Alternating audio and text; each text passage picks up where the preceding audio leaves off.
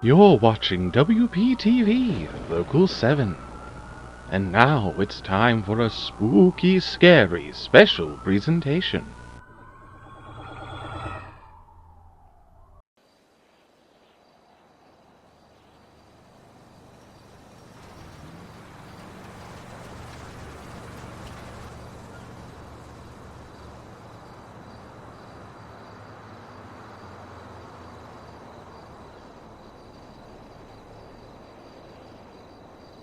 Good evening, everyone, and welcome to our inaugural episode of Creepy Puppet Reads Creepypasta. The show where I, Boils, go through some of my favorite internet horror stories and read them to you, giving my opinion on them at the end. Today's story is very important to me. It was one of the first creepypastas I ever read. Since this is the beginning of the video, I'm going to have to call it Squidwards Really Bad Day. I also may have altered the wording in parts of the story just so it reads better. So sit down and join me as we begin Squidwards Really Bad Day. Waiter, could you bring me another fork for my friend, please?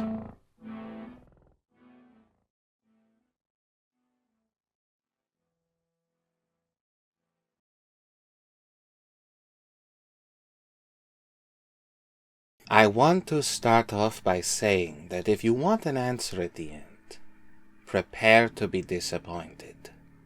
There just isn't one. I was an intern at Nickelodeon Studios for a year in 2005 for my degree in animation. It wasn't paid, of course, most internships aren't. But it did have a perk beyond education. To adults, it might not seem like a big one, but most kids at the time would go crazy over it. Since I worked directly with the editors and animators, I got to view new episodes before they aired. I'll get right to it without giving too many unnecessary details. They had very recently made the SpongeBob movie. The entire staff was somewhat sapped of creativity, so it took them longer to start up the season. But the delay lasted longer for more upsetting reasons. There was a problem with the Series 4 premiere that set everyone and everything back several months. Me and two other interns were in the editing room, along with the lead animators and sound editors, for the final cut of an episode. We received a copy of what was supposed to be Fear of a Krabby Patty, and gathered around the screen to watch. Now, given that the final cut isn't final yet, animators often put a mock title card at the beginning. It's sort of an inside joke for us, with phony, oftentimes lewd titles being used, such as How Sex Doesn't Work instead of Rockabye-Biva, in which SpongeBob and Patrick adopt a sea scallop. Nothing particularly funny, just work-related chuckles. So when we saw the title card, Squidwards Sueycide, we didn't think it more than a morbid joke. One of the other interns did a small throat laugh at it. The episode started with the happy-go-lucky music playing as normal. The story began with Squidward practicing his clarinet, hitting a few sour notes, like normal. We hear SpongeBob laughing outside. Squidward stops, yelling at him to keep it down, as he has a concert that night and needs to practice.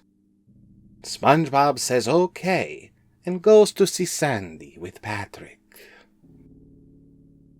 The bubble splash screen comes up, and we see the ending of Squidward's concert.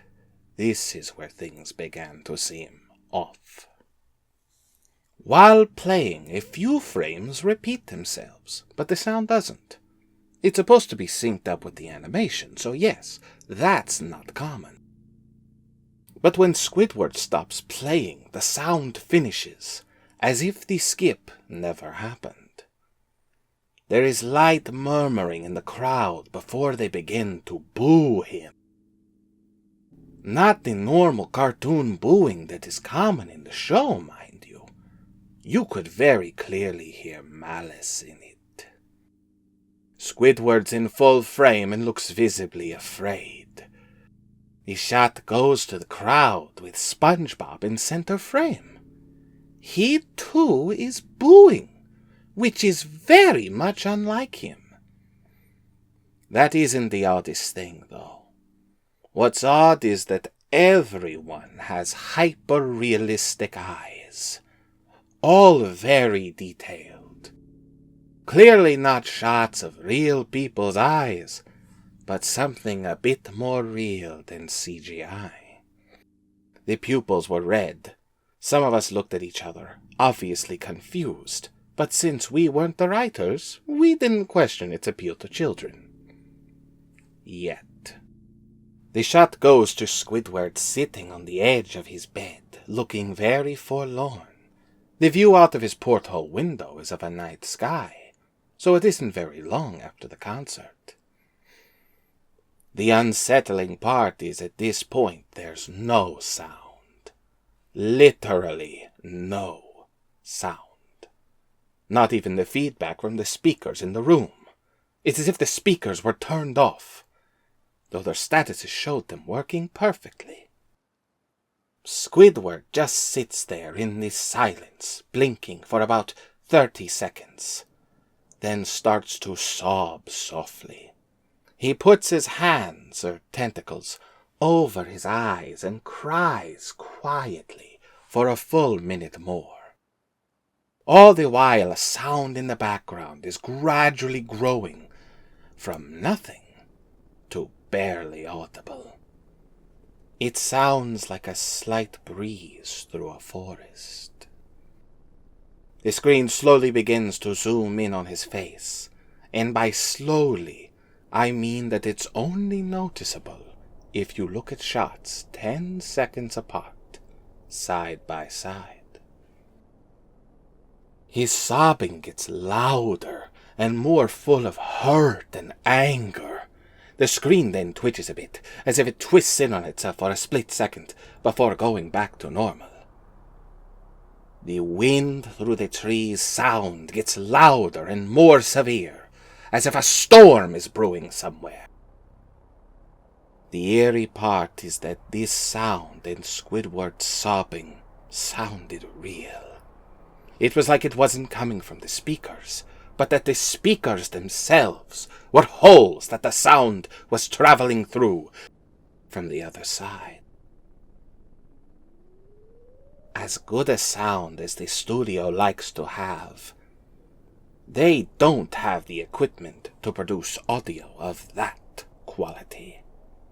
Below the sound of the wind and sobbing, very faintly audible, something sounded like laughing. It came at odd intervals and never lasted more than a second. So if you had a hard time pinning it, we watched this episode twice, so pardon me if things sound too specific. But I've had time to think about them. After 30 seconds of these, the screen blurred and twitched violently, and something flashed over it, as if a single frame was replaced. The lead animation editor paused and rewound frame by frame. What we saw was horrible.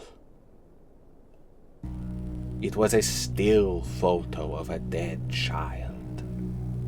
He couldn't have been more than 6. His face was mangled and bloodied, one eye dangling over it popped. He was stripped down to his underwear, his stomach crudely cut open, and his entrails splayed out beside him. He was lying on some pavement that was probably a road. The most upsetting part was that there was a shadow of the photographer, but no crime tape, evidence tags, or markers, and the angle was completely off for a shot designed to be evidence. It would seem that they were the person responsible for the child's death, and we were of course mortified, but pressed on, hoping that this was just a sick joke. The screen flipped back to Squidward, still sobbing, louder than before, half of his body in frame. There was now what appeared to be blood running down his face from his eyes. The blood was also done in a hyper-realistic style, looking as though you'd get it on your fingers if you touched the screen. The wind now sounded as if it were that of a gale blowing through the forest. There was even snapping sounds, like of branches. The laughing, a deep baritone, lasted for longer intervals and came more frequently.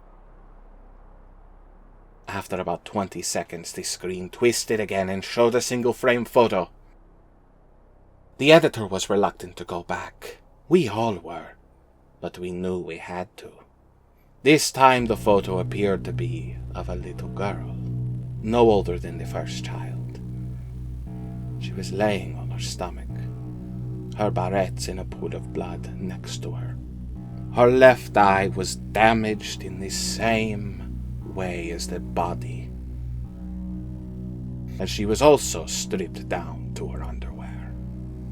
Her entrails were piled up on top of her, another crude cut along her back. Again, the body was on the street and the photographer's shadow was visible, very similar in size and shape to the first. I had to choke back vomit, and one intern, the only female in the room, ran out. The show resumed. About 5 seconds after this second photo played, Squidward went silent, all sound cut out, like it did when the scene started. He put his tentacles down, and his eyes were now done in hyper-realism like the others were at the beginning of the episode. They were bleeding, bloodshot, and pulsating. He just stared at the screen as if watching the viewer. After about 10 seconds he started sobbing, this time not covering his eyes. The sound was piercing and loud. The most fear-inducing of all was that the sobbing was mixed with screams. Tears and blood were dripping down his face at a heavy rate. The wind sound came back, and so did the deep-voiced laughing, this time with a still photo that lasted for a good 5 frames. The animator was able to stop it on the 4th and backed up. This time the photo was of a boy about the same age. But the scene was different. His entrails were being pulled out from his stomach wound by a large hand. The right eye popped and dangling, blood trickling down it. The animator proceeded. The next frame was different, but we couldn't tell how. He continued to the next image, and it was the same thing. Then he went back to the first and played them quicker, and I lost it. I vomited on the floor. The animation and sound editors gasping at the screen. The 5 frames were not 5 different photos. They were frames from a video. We saw the hand slowly lift out the guts. We saw the kid's eyes focus on it. We even saw 2 frames of the kid beginning to blink. The lead sound editor told us to stop.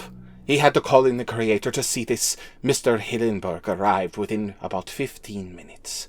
He was confused as to why he had been called down, so the editor just continued the episode. Once the next few frames were shown, all screaming and sound again stopped. Squidward was just staring at the viewer, his face tracking up to the full frame for about 3 seconds. The shot quickly panned out. Then that deep voice said, "Do it!" And we saw a shotgun in Squidward's hands. He immediately puts the gun in his mouth and pulls the trigger. Realistic blood and brain matter splatters the wall behind him and his bed, and he flies back with force. The last 5 seconds of the episode shows his body on the bed, on its side, one eye dangling from what's left of his head above the floor, staring blankly at it. Then the episode ends. Mr. Hillenburg was obviously angry about this. He demanded to know what the hell was going on. Most people left the room at this point, so there were just a handful of us left to watch it again. Viewing the episode twice only served to imprint the entirety of it in my mind and caused me horrible nightmares. I'm sorry I stayed. The only theory we could think of was that the file had been edited by someone in the chain from the drawing studio to here. Analysis of the file shows it was mixed with new material. However, the timestamp of the change was a mere 24 seconds before we began viewing it. All equipment involved was examined for foreign software and hardware, as well as glitches, such as if the timestamp was showing us the wrong time. But everything checked out fine. We didn't know what had happened, and to this day, nobody does. There was an investigation due to the nature of the photos, but nothing came of it. No child scene was identified and no clues were gathered from the data involved, nor physical clues from the photos. I never believed in unexplainable phenomena before, but now that I've had something happen to me, and can't prove anything about it beyond anecdotal evidence, I think twice about things. Such a classic story. It makes you uncomfortable, and it was the trendsetter for an entire genre of creepypasta. I would like to point out that technically this article has been edited before. The line about kids quote-unquote going crazy over the job was originally that they would defecate themselves using the S word. And originally, and at some point, Mr. Hillenburg's proclamation of what the hell was going on was changed to what the heck was going on. Because after all, we don't want to traumatize children with bad language in this story about a disturbing lost episode that features photos of murdered children. This world will never make sense to me. Though another thing I love about this story is what I love about early creepypasta in general. This random act of terror, this moment where it's like a portal to a much more horrifying, terror-based reality opened up. Something was thrown into our world, and we hear from the point of view of whoever encountered this horrible thing. And then it goes away, and we never hear about it again. It almost feels like this could have been something created by the Lost Media Society, the organization from another one of my favorite creepypastas, Lost Episodes Can Be Found Again. We may cover that sometime in the future. As well as a sort of variant of this story called Red Mist. I hope you've enjoyed our pilot episode of Creepy Puppet Reads Creepypasta. Hello and welcome to another episode of Creepy Puppet Reads Creepypasta. Today's story is a lovely little lost episode creepypasta with its sequel for dessert, Dead Bart. So sit down, crack open an official Simpsons Duff energy drink with your official Homer Simpson bottle opener, and sit down on your official inflatable Simpsons couch, and let's dig in. You know how Fox has a weird way of counting Simpsons episodes? They refuse to count a couple of them, making the amount of episodes inconsistent. The reason for this is a lost episode from Season 1. Finding details about this missing episode is difficult.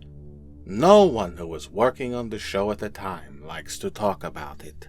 From what has been pieced together, the episode's production number was 7G06, and the title was Dead Bart. The episode labeled 7G06, Moaning Lisa, was made later and given Dead Bart's production code to hide the latter's existence. It also was written entirely by Matt Groening. During production of the first season, Matt started to act strangely. He was very quiet and seemed nervous and morbid. Mentioning this to anyone who was present around Matt at the time resulted in them getting very angry and forbidding you to ever mention it to Matt himself. I first heard about it at an event where David Silverman was speaking.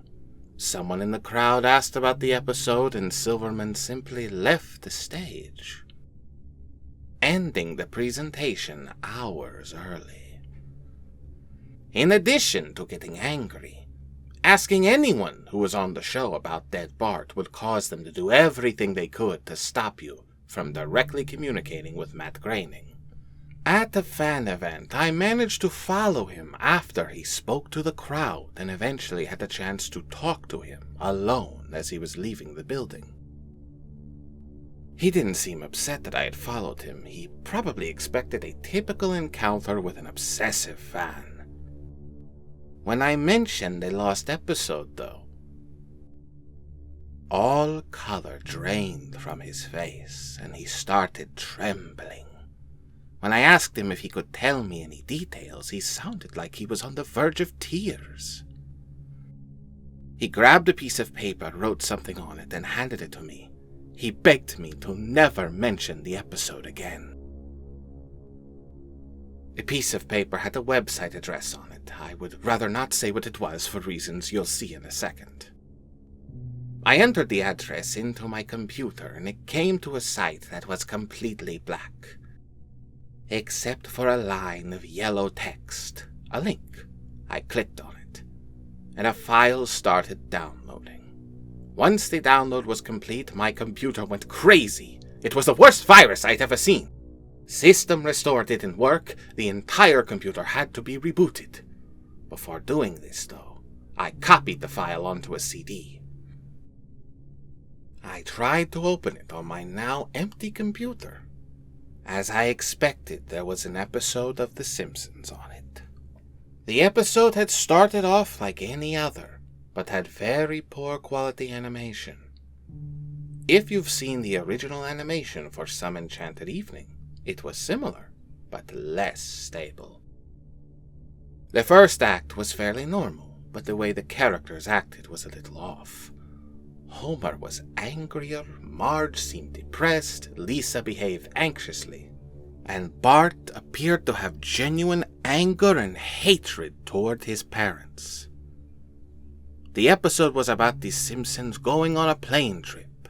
Near the end of the first act, the plane was taking off. Bart was fooling around, as you'd expect. However, as the plane was about 50 feet off the ground, Bart broke a window and was sucked out.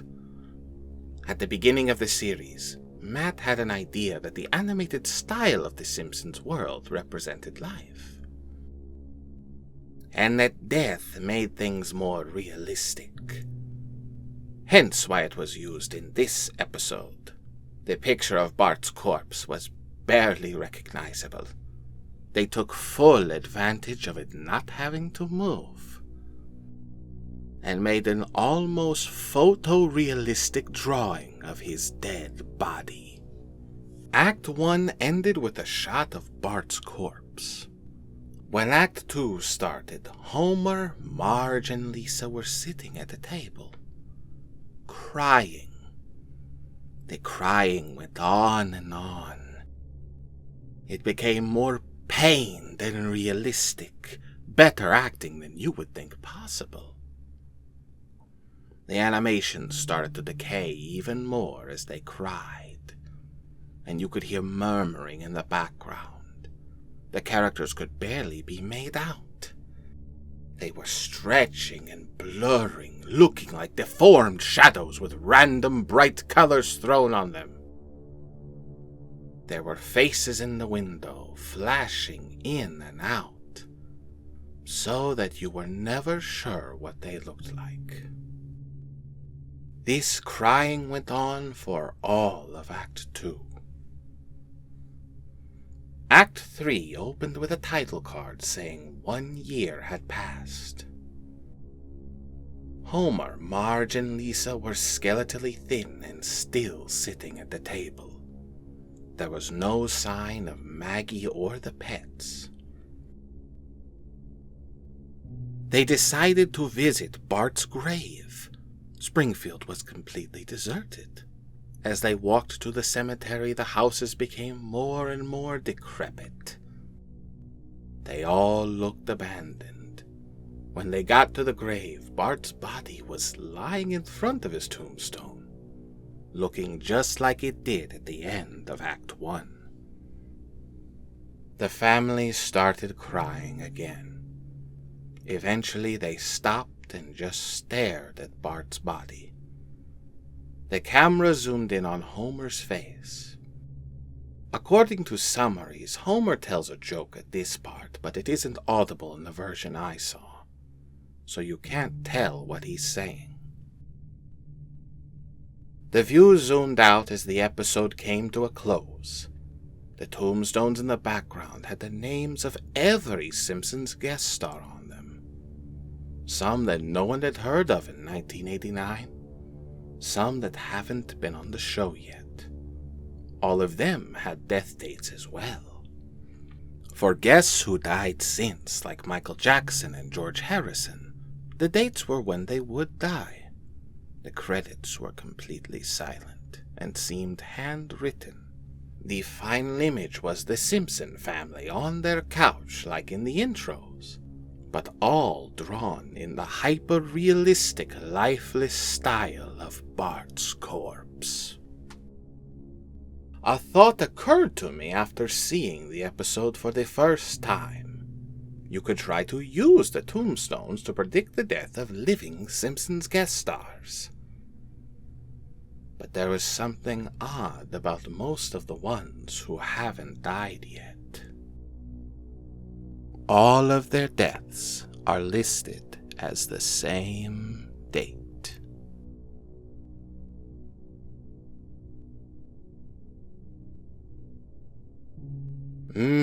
That was filling. But we still have room for dessert with a Dead Bart update.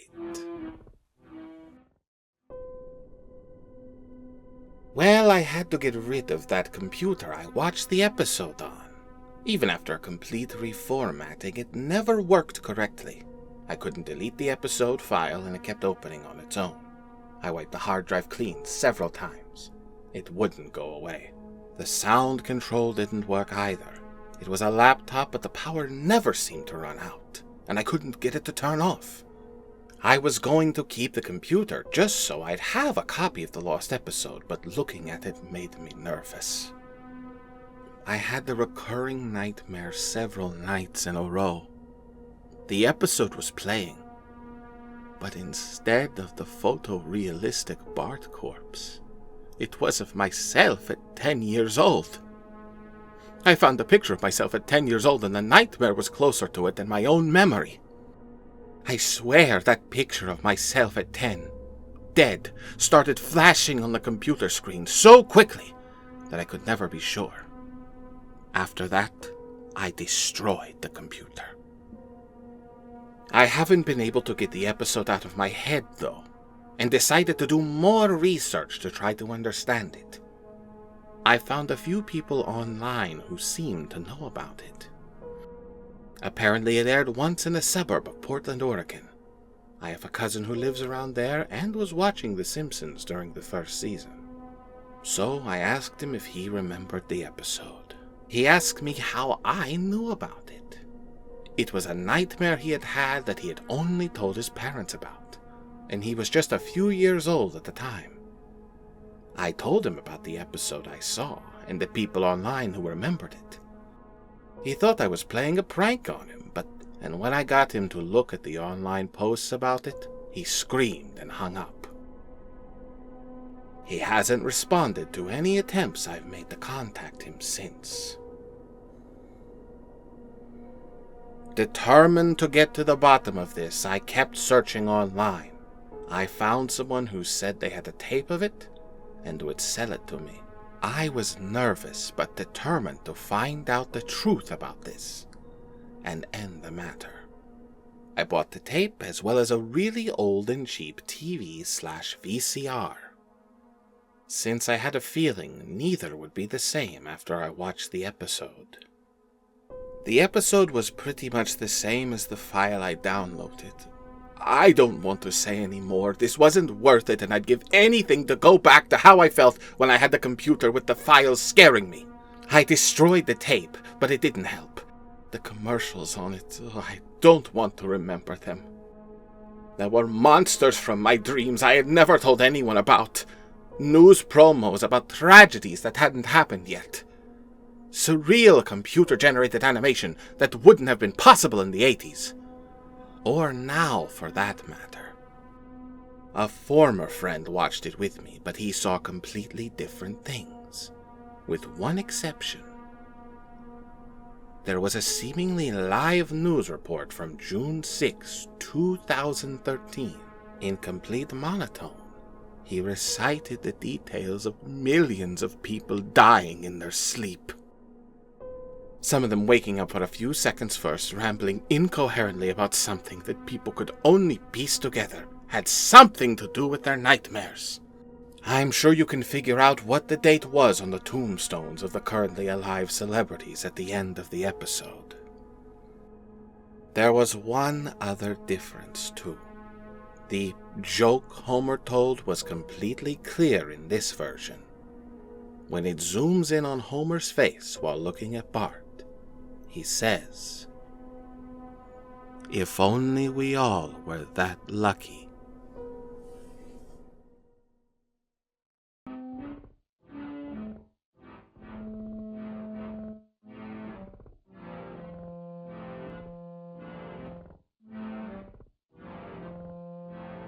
And that was Dead Bart and a Dead Bart update. Nowadays, it feels a little off in the way it was written, and a simple Google search debunks literally everything. But in the moment of reading, we forget about that.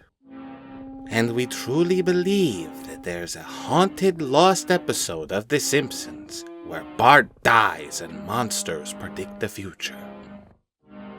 While the sequel, A Dead Bart Update, has more details and elements like the really specific date being revealed, Homer's joke at the end, and going further with the implications that the episode has supernatural qualities, it does kind of take some punch out of the first story, especially with revealing the date of this mass death event to happen was so soon after the date A Dead Bart Update was posted. How canon you want a Dead Bart update to be is up to you. There was a pseudo-sequel before in the form of Not Long Enough, a Futurama Lost episode. We will definitely be covering more stories from K.I. Simpson in the future. Here is a fun fact. This decaying Simpsons character used for this story a lot of times isn't even Bart. It's Homer from a fantasy sequence in the Season 4 episode, Brother from the Same Planet. Also, as I was making this video, I found out there's an actual script for the Dead Bart episode, also written by K.I. Simpson. Mr. Blowski has told me if we get 50 likes, we will read that transcript. So what did you... Hello, and welcome to another episode of Creepy Puppet Reads Creepypasta. Today's story is another legendary tale. Author unknown, it just kind of appeared one day.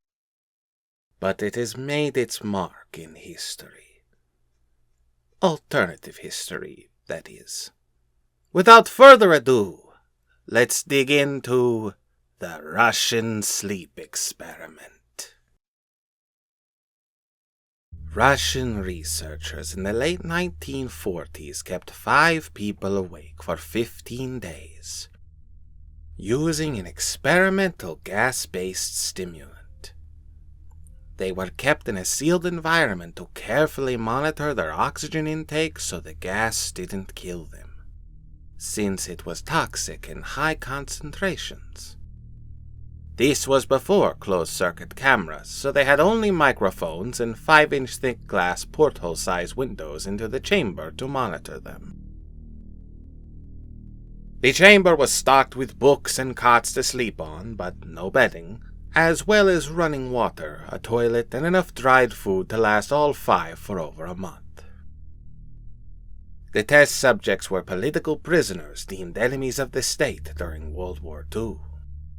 Everything was fine for the first 5 days. The subjects hardly complained, having been promised, falsely, that they would be freed if they submitted to the test and did not sleep for 30 days. Their conversations and activities were monitored, and it was noted that they continued to talk about increasingly traumatic incidents in their past. The general tone of their conversations took on a darker aspect after the 4-day mark. After 5 days, they started to complain about the circumstances and events that led them to where they were, and started to demonstrate severe paranoia. They stopped talking to each other and began alternately whispering into the microphones and the one-way mirrored portholes. Oddly, they all seemed to think that they could win the trust of the experimenters by turning over their comrades, the other subjects in captivity with them. At first, the researchers suspected this was an effort of the gas itself. After 9 days, the first of them started screaming. He ran the length of the chamber repeatedly, yelling at the top of his lungs for 3 hours straight. At which point he continued attempting to scream, but was only able to produce occasional squeaks. The researchers postulated that he had physically torn his vocal cords. The most surprising thing about this behavior was how the other captives reacted to it. Or rather, didn't react to it. They continued whispering into the microphones until the second of the captives started to scream. The 2 non-screaming captives took the books apart, smeared page after page with their own feces, and pasted them calmly over the glass portholes. The screaming abruptly stopped. So did the whispering into the microphones. After 3 more days had passed, the researchers checked the microphones hourly to make sure they were working, since they thought it impossible that no sound could be occurring with 5 people inside. The oxygen consumption in the chamber indicated that all 5 must still be alive. In fact, it was the amount of oxygen 5 people would consume at a very heavy level of strenuous exercise. On the morning of the 14th day, the researchers did something they said they would not do to get a reaction from the captives. They used the intercom inside the chamber, hoping to provoke any response from the people they were afraid were either dead or vegetables. They announced, "We are opening the chamber to test the microphones. Step away from the door and lie flat on the floor, or you will be shot. Compliance will earn one of you your immediate freedom." To their surprise, they heard a calm voice respond in a single phrase. "We no longer want to be freed." Debate broke out among the researchers and the military forces funding the research. Unable to provoke any more response using the intercom, it was finally decided to open the chamber at midnight on the 15th day. The chamber was flushed of the stimulant gas and filled with fresh air, and immediately, voices from the microphones began to object. 3 different voices began begging, as if pleading for the life of loved ones, to turn the gas back on. The chamber was opened and the soldiers were sent in to retrieve the test subjects.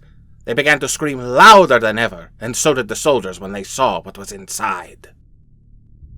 4 of the 5 test subjects were still alive, although no one could rightly call the state that any of them in life. The food rations past day 5 had not been so much as touched. There were chunks of meat from the dead test subjects' thighs and chests stuffed into the drain in the center of the chamber, blocking it and allowing 4 inches of water to accumulate on the floor. Precisely how much of the water on the floor was actually blood was never determined. All 4 surviving test subjects had large portions of muscle and skin torn away from their bodies. The destruction of flesh and exposed bone on their fingertips indicated that the wounds were inflicted by hand, not with teeth as the researchers initially thought. Closer examination of the position and angles of the wounds indicated that most, if not all of them, were self-inflicted.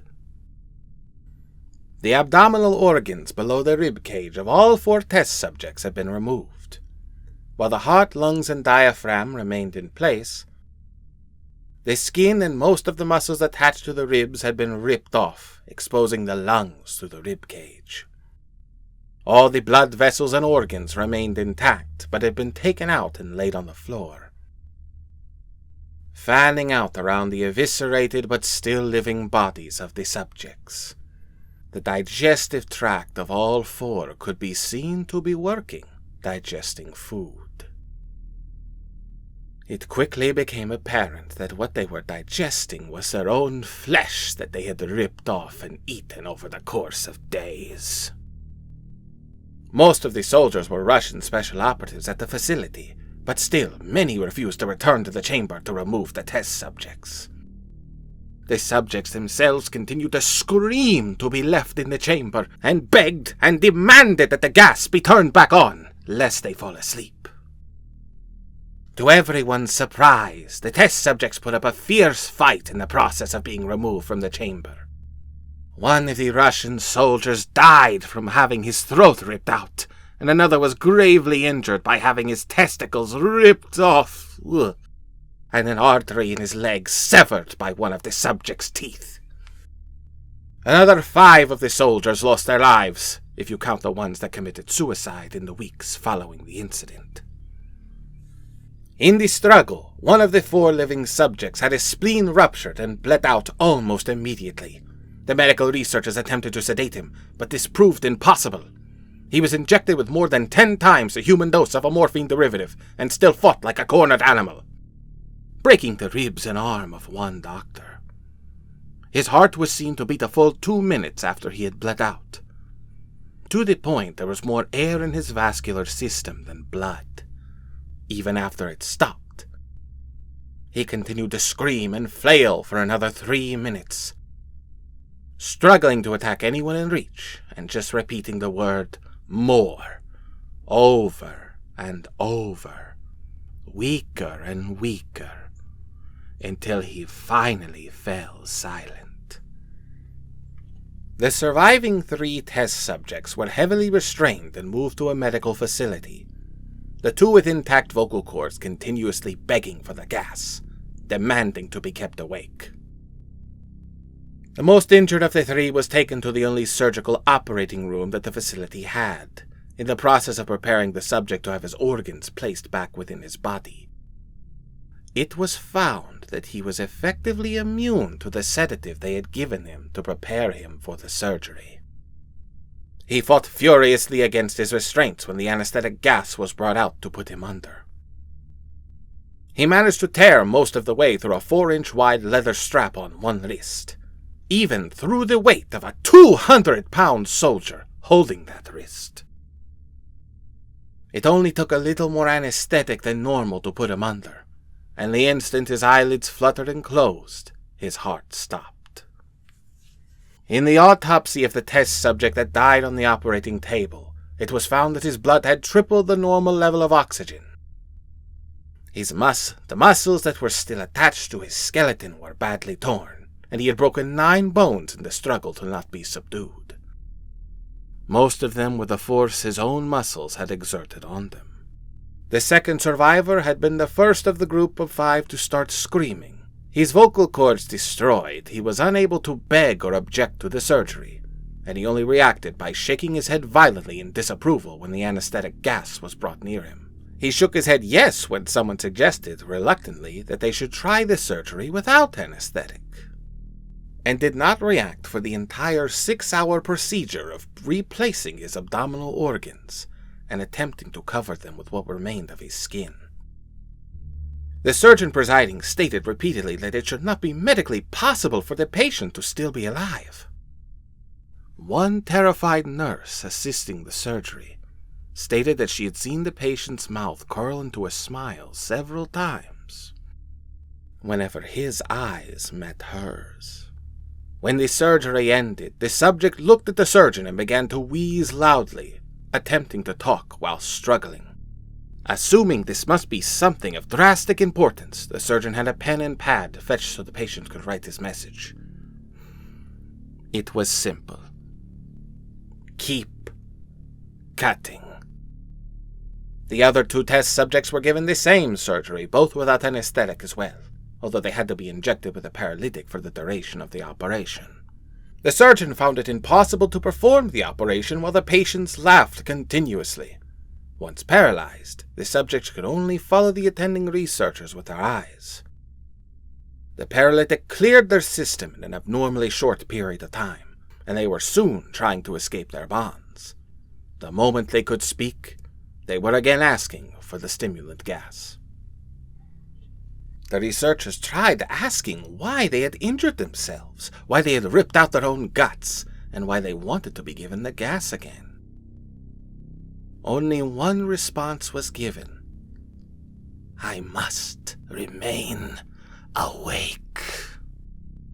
All 3 subjects' restraints were reinforced and they were placed back into the chamber, awaiting determination as to what should be done with them.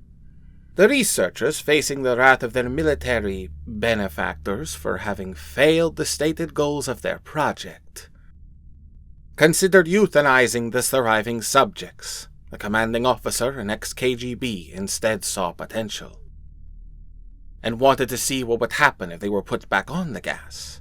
The researchers strongly objected, but were overruled. In preparation for being sealed in the chamber again, the subjects were connected to an EEG monitor and had their restraints padded for long-term confinement. To everyone's surprise, all 3 stopped struggling the moment it was let slip that they were going back on the gas. It was obvious that, at this point, all 3 were putting up a great struggle to stay awake. One of the subjects that could speak was humming loudly and continuously. The mute subject was straining his legs against the leather bonds with all his might. First left, then right, then left again for something to focus on. The remaining subject was holding his head off his pillow and blinking rapidly. Having been the first to be wired to the EEG machine, most of the researchers were monitoring his brainwaves in surprise. They were normal most of the time, but sometimes flatlined inexplicably. It looked as if he were repeatedly suffering brain death before returning to normal. As they focused on paper scrolling out of the brainwave monitor, only one nurse saw the man's eyes slip shut at the same moment his head hit the pillow. His brainwaves immediately changed to that of deep sleep, then flatlined for the last time as his heart simultaneously stopped. The only remaining subject that could speak started screaming to be sealed in now. His brainwave showed the same flatline as the one who had just died from falling asleep. The commander gave the order to seal the chamber with both subjects inside, as well as 3 researchers. One of the named 3 immediately drew his gun and shot the commander point blank between the eyes. Then turned the gun on the mute subject and blew his brains out as well. He pointed his gun at the remaining subject, still restrained to the bed, as the remaining members of the medical and research team fled the room. "I won't be locked in here with these things! Not with you!" he screamed at the man strapped to the table. "What are you?" he demanded. "I must know!" The subject smiled. "Have you forgotten so easily?" the subject asked. "We are you. We are the madness that lurks within you all, begging to be free at every moment in your deepest animal mind. We are what you hide from in your beds every night. We are what you sedate into silence and paralysis when you go to the nocturnal haven where we cannot tread."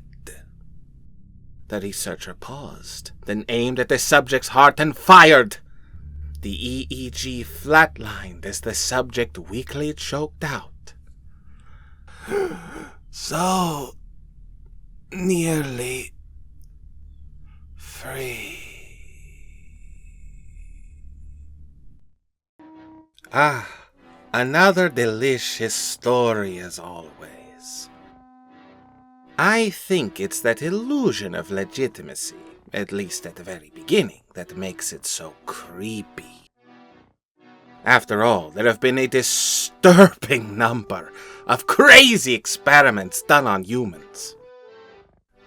And a very large percentage normally had governments or the military involved. Hello, and welcome to another episode of Creepy Puppet Reads Creepypasta. With the Minecraft movie coming out, I thought today's story should be something appropriate. Herobrine. Let's dig in, shall we? I had recently spawned a new world in single-player Minecraft. Everything was normal at first. As I began chopping down trees and crafting a workbench, I noticed something move amongst the dense fog. I have a very slow computer, so I have to play with a tiny render distance. I thought it was a cow, so I pursued it, hoping to grab some hides for armor. It wasn't a cow. Looking back at me was another character with a default skin, but his eyes were empty. I saw no name pop up, and I double-checked to make sure I wasn't in multiplayer mode. He didn't stay long. He just looked at me and quickly ran into the fog. I pursued out of curiosity, but he was gone. I continued on with the game, not sure what to think. As I expanded the world, I saw things that seemed out of place for the random map generator to make. 2x2 tunnels in the rocks, small perfect pyramids made of sand in the ocean, and groves of trees with all their leaves cut off.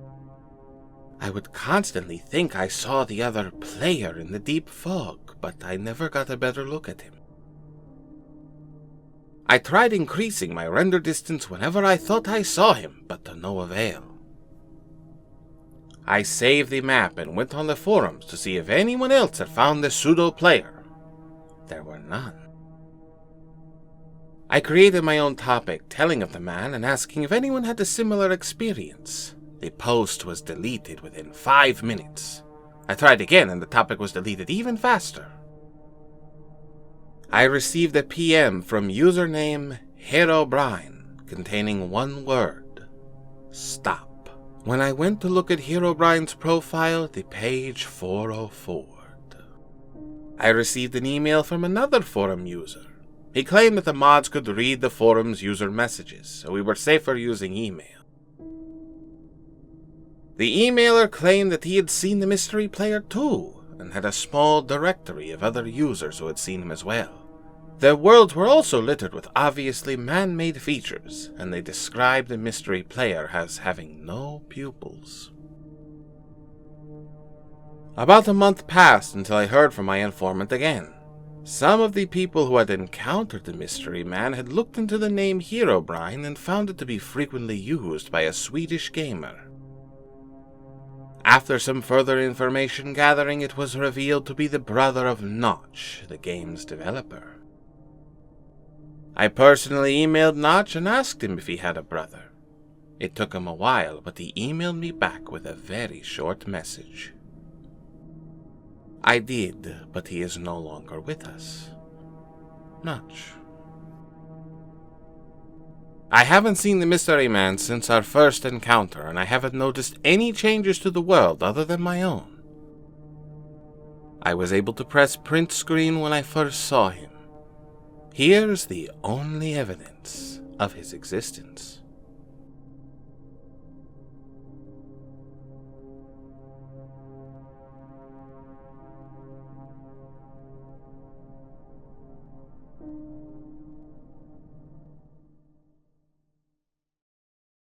Ah, that was good.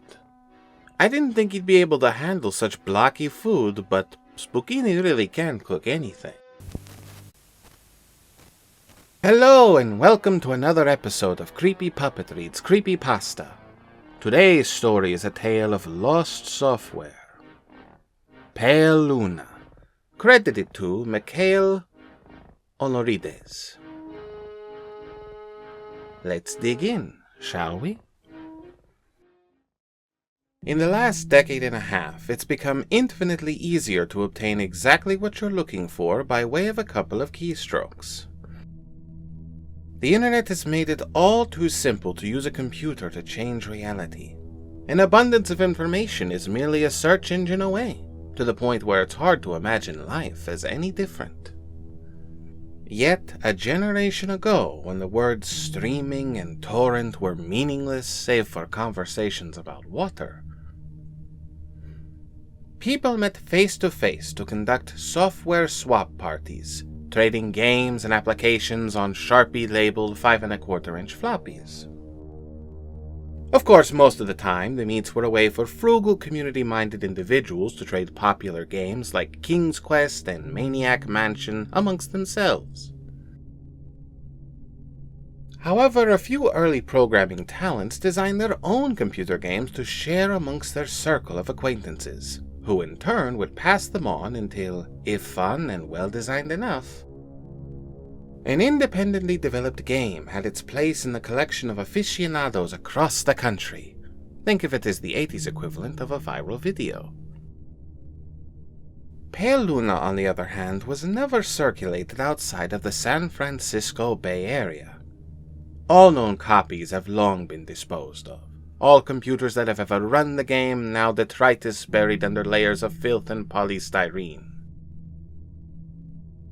This fact is attributed to a number of abstruse design choices made by its programmer. Pale Luna was a text adventure in the vein of Zork and the Lurking Horror, at a time when said genre was swiftly going out of fashion. Upon booting up the program, the player was presented with an almost completely blank screen, except for the text. You are in a dark room. Moonlight shines through the window. There is gold in the corner, along with a shovel and rope. There is a door to the east. Command? So began the game that one writer for a long out-of-print fanzine decried as enigmatic, nonsensical, and completely unplayable, as the only commands that the game would accept were pick up gold, pick up shovel, pick up rope, open door, and go east. The player was soon presented with the following. Reap your reward. Pale Luna smiles at you. You are in a forest. There are paths to the north, west, and east. Command? What quickly infuriated the few who played the game was the confusing and buggy nature of the second screen onward. Only one of the directional decisions would be the correct one. For example, on this occasion, a command to go in a direction other than north would lead to the system freezing, requiring the operator to hard reboot the entire computer. Furthermore, any subsequent screens seem to merely repeat the above text, with the difference only being the directions available. Worse still, the standard text adventure commands appear to be useless. The only accepted non-movement related prompts were use gold, which caused the game to display the message, not here. Use shovel, which brought up, not now. And use rope, which prompted the text, you've already used this. Most who played the game progressed a couple of screens into it before becoming fed up of having to constantly reboot their devices and tossing the disc in disgust. Writing off the experience as a shoddily programmed farce. However, there is one thing about the world of computers that remains true, no matter the era. Some people who use them have way too much time on their hands. A young man by the name of Michael Nevins decided to see if there was more to Pale Luna than what met the eye. 5 hours and 33 screens worth of trial and error and unplugged computer cords later, he finally managed to make the game display different text. The text in this new area read, Pale Luna smiles wide. There are no paths. Pale Luna smiles wide. The ground is soft. Pale Luna smiles wide. Here. Command? It was another hour before Nevin stumbled upon the proper combination of phrases to make the game progress any further. It was another hour still before Nevin stumbled upon the proper combination of phrases to make the game progress any further. Dig hole, drop gold, then fill hole. This caused the screen to display, Congratulations, 40.24248. Minus 121.4434. Upon which the game ceased to accept commands, requiring the user to reboot one last time. After some deliberation, Nevins came to the conclusion that the numbers referred to lines of latitude and longitude. The coordinates led to a point in the sprawling forest that dominated the nearby La Seine Volcanic Park. As he possessed much more free time than sense, Nevins vowed to see Pale Luna through to its ending. The next day, armed with a map, a compass, and a shovel, he navigated the park's trails, noting with amusement how each turn he made corresponded roughly to those that he took in-game. Though he initially regretted bringing the cumbersome digging tool on a mere hunch, the path's similarity all but confirmed his suspicion that the journey would end with him face to face with an eccentric's buried treasure. Out of breath after a tricky struggle to the coordinates, he was pleasantly surprised by a literal stumble upon a patch of uneven dirt. Shoveling as excitedly as he was, it would be an understatement to say that he was taken aback when his heavy strokes unearthed the badly decomposing head of a blonde-haired little girl. Nevins promptly reported the situation to the authorities. The girl was identified as Karen Paulson, 11, reported as missing to the San Diego Police Department a year and a half prior. Efforts were made to track down the programmer of Pale Luna, but the nearly anonymous legal gray area in which the software swapping community operated inescapably led to many dead ends. Collectors have been known to offer upwards of 6 figures for an authentic copy of the game. The rest of Karen's body was never found. That was delicious. Whew! Who would have thought you could make a text-based game even more horrifying than they already were? Hello and welcome to another episode of Creepy Puppetry's Creepypasta. Today's story is a ritual pasta, Moonlight Film. I am required by law to say the Whacky Puppets TV does not endorse nor encourage attempting the following ritual, and we are not liable for any curses, injury, death, or worse from attempting it. Legalities out of the way, let's dig in. In many stores and establishments that provide videos of a less than savory manner, a business card is kept. Some stores keep it well hidden, locked in a safe, and will deny its existence. Others will show you if you ask for it by name. None will have it displayed in the open. On this card is a name, Moonlight Films, and a contact number. It is always a local number. Go to any payphone in your city and dial the number. The answer will be prompt, but all you will hear is silence. Wait 30 seconds, then you will be served. A dry, monotone male voice will ask you a question. Is the road from life to death dark? The correct response is, it is moonlit.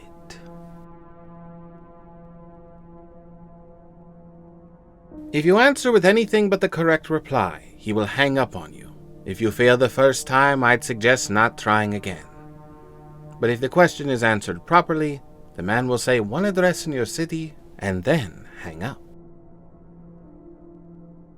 Go to this address and you will find that it is a small, dingy apartment. The carpet will be dirty, the wallpaper flaking and wrinkled. The windows cracked. It will smell of tobacco smoke and decay. On the stained old coffee table there will be a paper bag.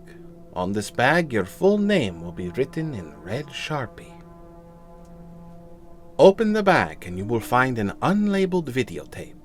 Take it and place exactly $10.99 in the bag.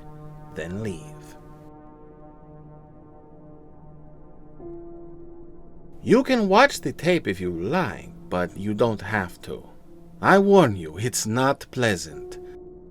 You will see a room or chamber papered in desiccated skin. The furniture will be crafted from flesh and bone.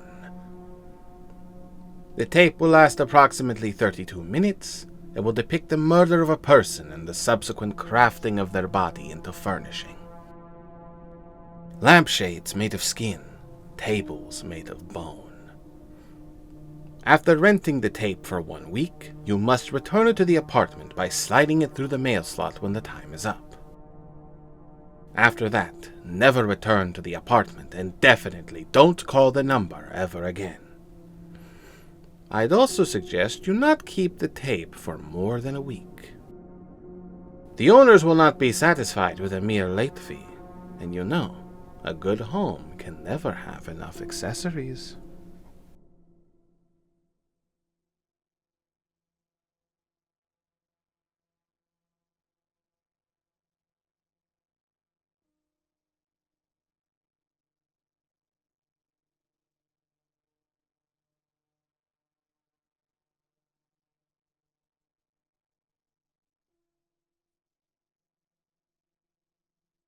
Not bad. I wonder if the maker of that furniture sells them. I could really use a new chair for my den. Hello, true believers, and welcome to another episode of Creepy Puppet Reads Creepypasta. You know, true believers is more of a Marvel term, but I'll roll with it. Superman, the Man of Steel, is on the big screen again.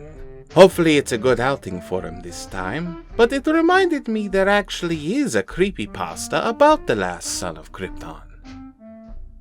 The Lost Superman cartoon, written by Crossbones116. Let's dig in, shall we? Have you ever heard of the Fleischer Superman cartoons? They were a series of animated shorts about the now iconic superhero, Superman. With 17 episodes produced over the course of 1940 to 1943, the episodes produced from 40 to 42 were done by Fleischer Studios. And the last few episodes up until 1943 were produced by Famous Studios. For those not in the know, these Superman cartoons are often regarded as the pinnacle of Western animation. They certainly have high quality and they are quite memorable despite there only being 17 shorts produced. Well, supposedly there is a lost episode. DC Comics and Paramount Pictures vehemently deny the existence of any such episode. Going by the accounts of those few people who claim to have seen this lost short, it's understandable why DC and Paramount wouldn't want this cartoon to be associated with them. From what little information exists, this cartoon was apparently commissioned in 1947 by the U.S. War Department soon after the Cold War began. They reassembled all of the staff from famous studios who worked on the Superman shorts, and they told them they wanted a propaganda piece. The short doesn't seem to have been completed and was never shown to an audience, yet somehow it, like many other things, has found its way online. Those who claim to have watched this short say that they found it on a torrent site. The site varies for each person, with all other episodes bundled on it. The other 17 episodes are normal, utterly unaltered from the originals.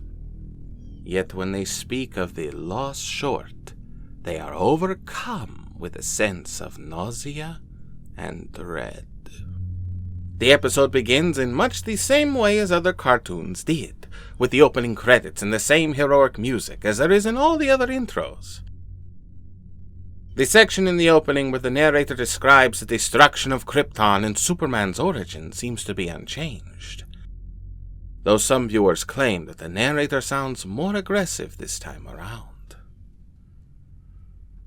The episode opens in the Daily Planet office with Lois Lane and Clark Kent having a conversation. All seem to agree that the color palette of the episode seems to be dull compared to the other shorts, but some say that this is simply due to the age of the recording, while others say the dull colors are due to budget issues.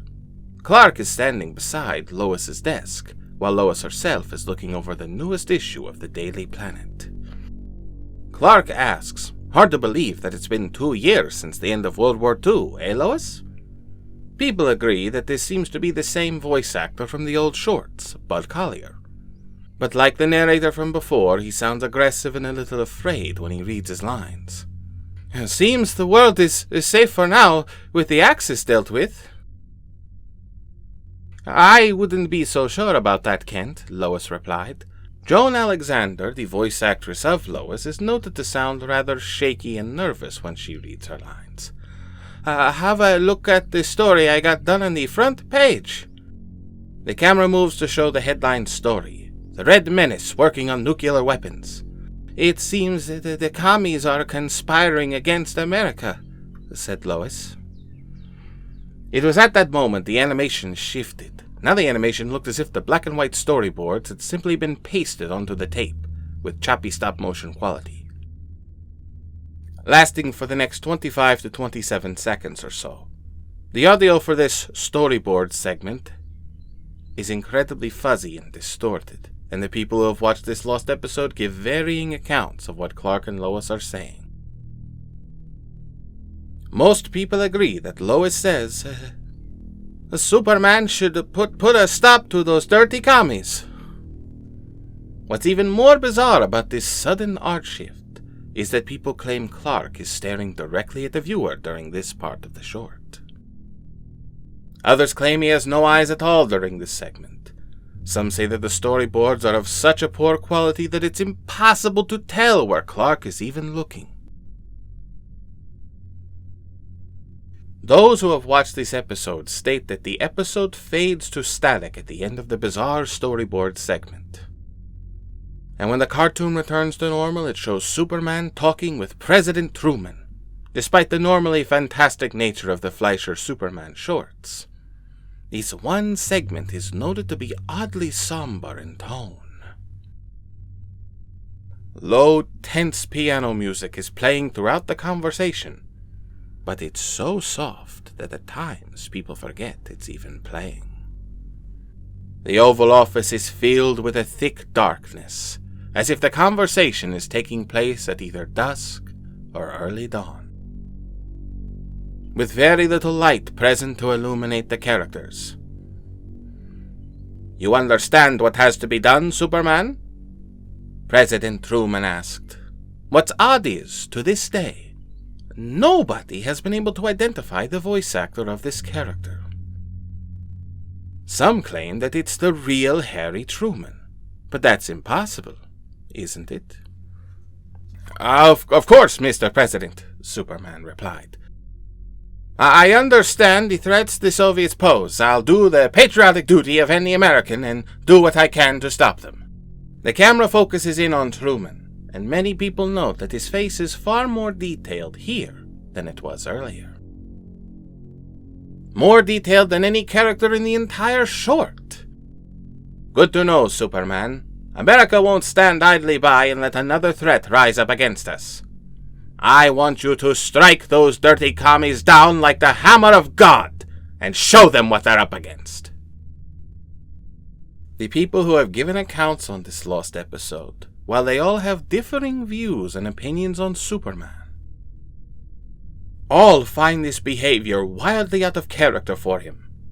They don't seem to be able to believe Superman acting as some sort of government agent, nor can they believe Superman using his powers to attack a nation of people.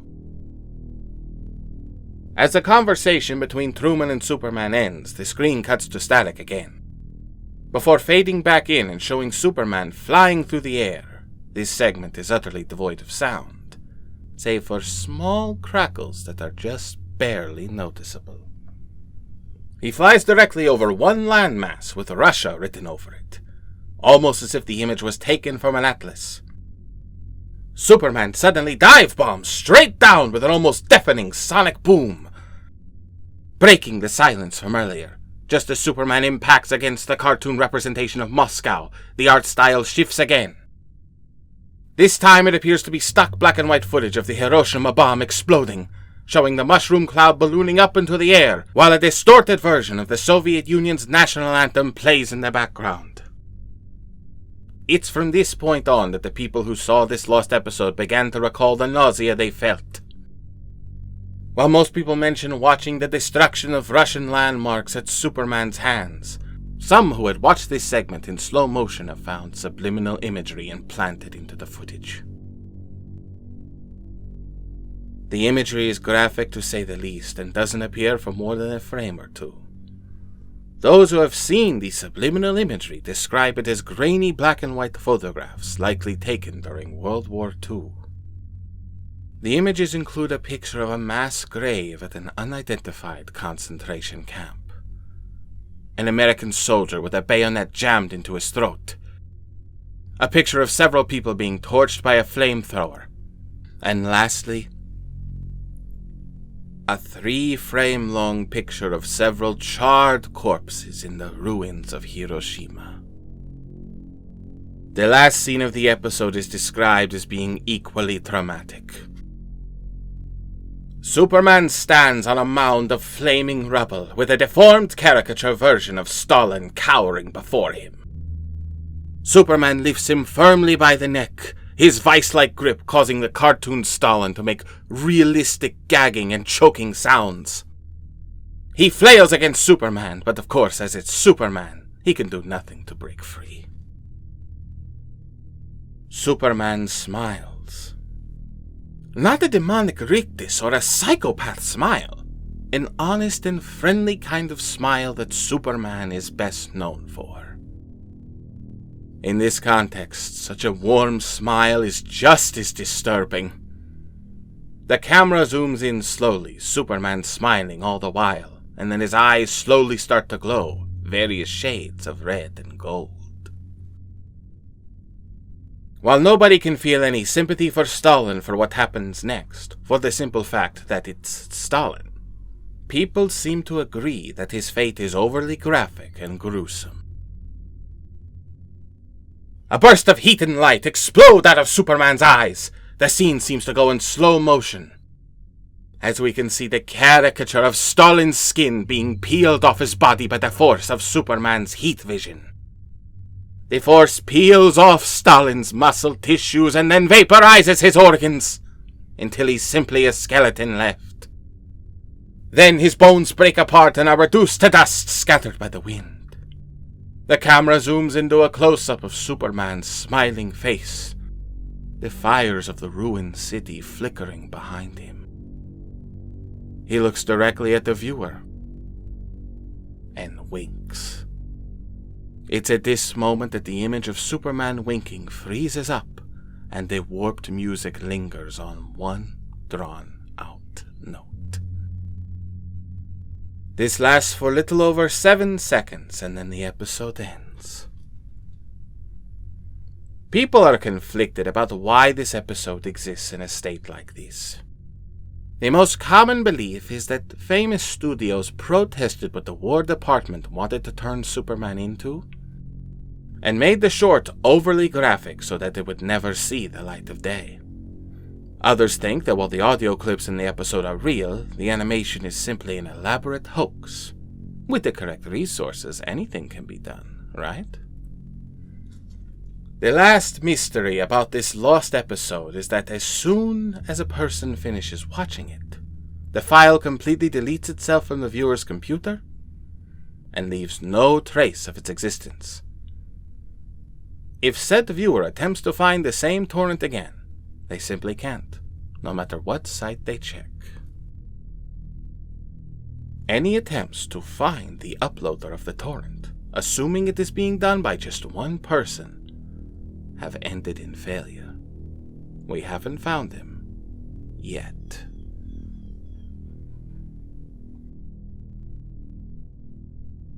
That was a good one. The presentation, the general feeling that it was something never meant to be seen by the public, and how it seems to disappear after being viewed, almost like it was a product of the Lost Media Group.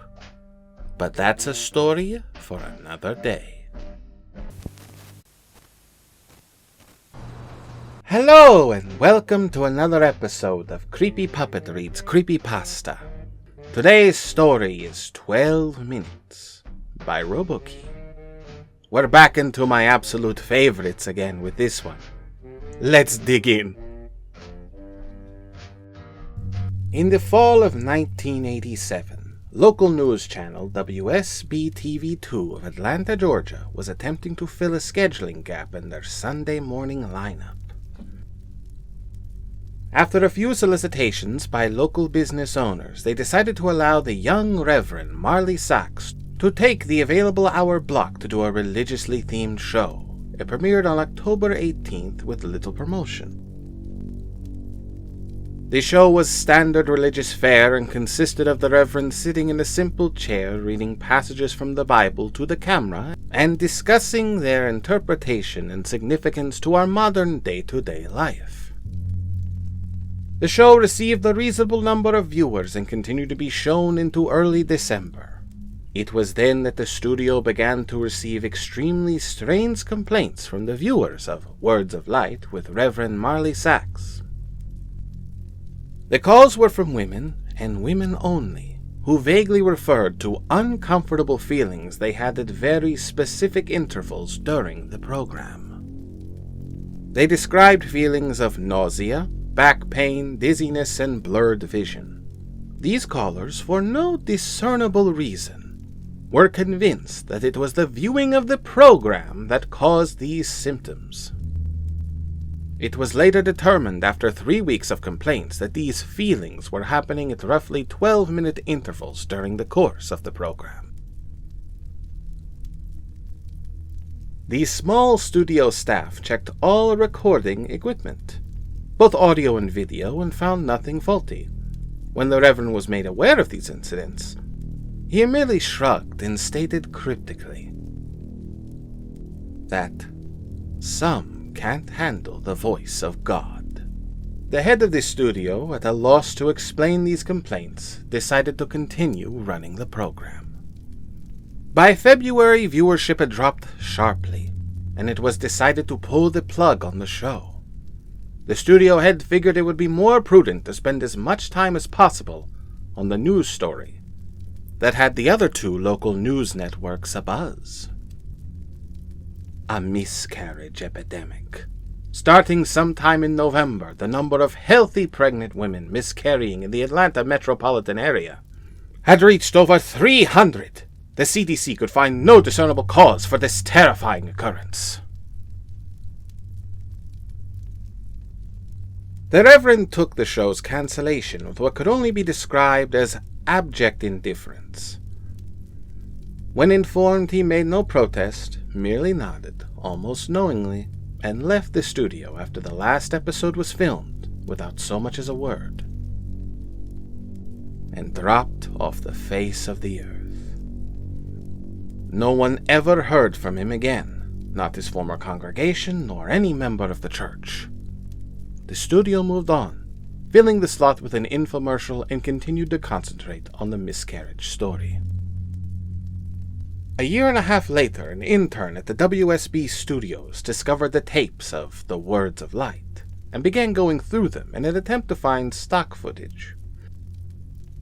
For an upcoming piece the station was doing on the impact religion had on the city, the Atlanta incident, as the miscarriage epidemic became known in medical journals, petered out 3 months after the studio cancelled Reverend Sock's show, and had already begun to fade from public consciousness. As the intern went through the tapes, he accidentally made a disturbing discovery about the footage. While attempting to stop one recording at 10 minutes and 45 seconds, he mistakenly jammed the fast-forward button down. While the footage whizzed by, he attempted to pry up the button with a screwdriver. Just as he succeeded, the tape stopped at 32 minutes and 1 second. The intern actually fell out of his chair when he looked up at what was frozen on the screen. The image of a badly decomposed severed head filling up the entire frame. After he collected himself and realized that his mind was not playing tricks on him, he began going through the rest of the recording and soon discovered that at exactly 12-minute intervals, the image would appear for 1 frame. Thinking it's some practical joke being played on by the new guy, he presented it to one of the film technicians ready to be mocked. The technician was just as puzzled as him. No one had touched the footage since the cancellation of the show. After the studio had closed for the night, the intern convinced the tech to help him go through the tapes of The Words of Light. They discovered that every single episode had this same horrifying anomaly. They also realized that as the show progressed, the image had become more disgusting, as maggots began to eat away at the loose flesh and pieces of hair, and skin seemed to fall up exponentially. The tech made clear to the intern that what they were seeing was technically impossible, since the film itself showed absolutely no signs of splicing, and he himself had been at every filming of the show and knew of no time when this image could have been inserted into the frame. All of this was presented to the studio head, who, fearing some kind of backlash over allowing this to get on the air, ordered all tapes destroyed. He told the intern and tech that he had no interest in knowing who did it at this point, only that covering their collective asses is all that's important now. He demanded that they mention this to no one. The tech easily moved on, remembering the incident as a darkly funny personal anecdote. But the intern wouldn't let it go. He made copies of as many tapes as he could before they were wiped, and took them to see if he could find anything else in them that might point out who did this or why they would. A week later, he attempted to rope the tech into helping him again, saying that he believed he had discovered something even more disturbing than the images themselves. When the single frames were edited together in chronological order, the head's mouth appeared to be moving, as if trying to form words. The tech, fearing for his job, told him to get rid of the copies and not talk about it again. A week later, police responded to a 911 call made by an elderly woman in one of the Atlanta suburbs at dusk. She had heard horrible noises coming from her next-door neighbor's house, where a young couple lived. She told the emergency responder that his wife was pregnant and that she was terrified that something had happened when the police officers arrived on the scene 20 minutes later. They found no lights on in the windows and the front door ajar. They moved in slowly and made their way to the living room. Inside, they found a young woman dead with her abdomen slashed open. The wound was jagged and a trail of blood led from the body to the couch on the far end of the room. There sat her husband, the studio intern, naked, the corpse of his unborn child at his feet, dying. In his hand he held a rusty piece of metal siding he had used to gut his pregnant wife. The television was on and playing an 18-second loop of silent footage of a decomposing head mouthing some unintelligible words. The story at the police precinct to this day goes that the intern kept saying under his breath, over and over again as they led him away, "The light of God calls them."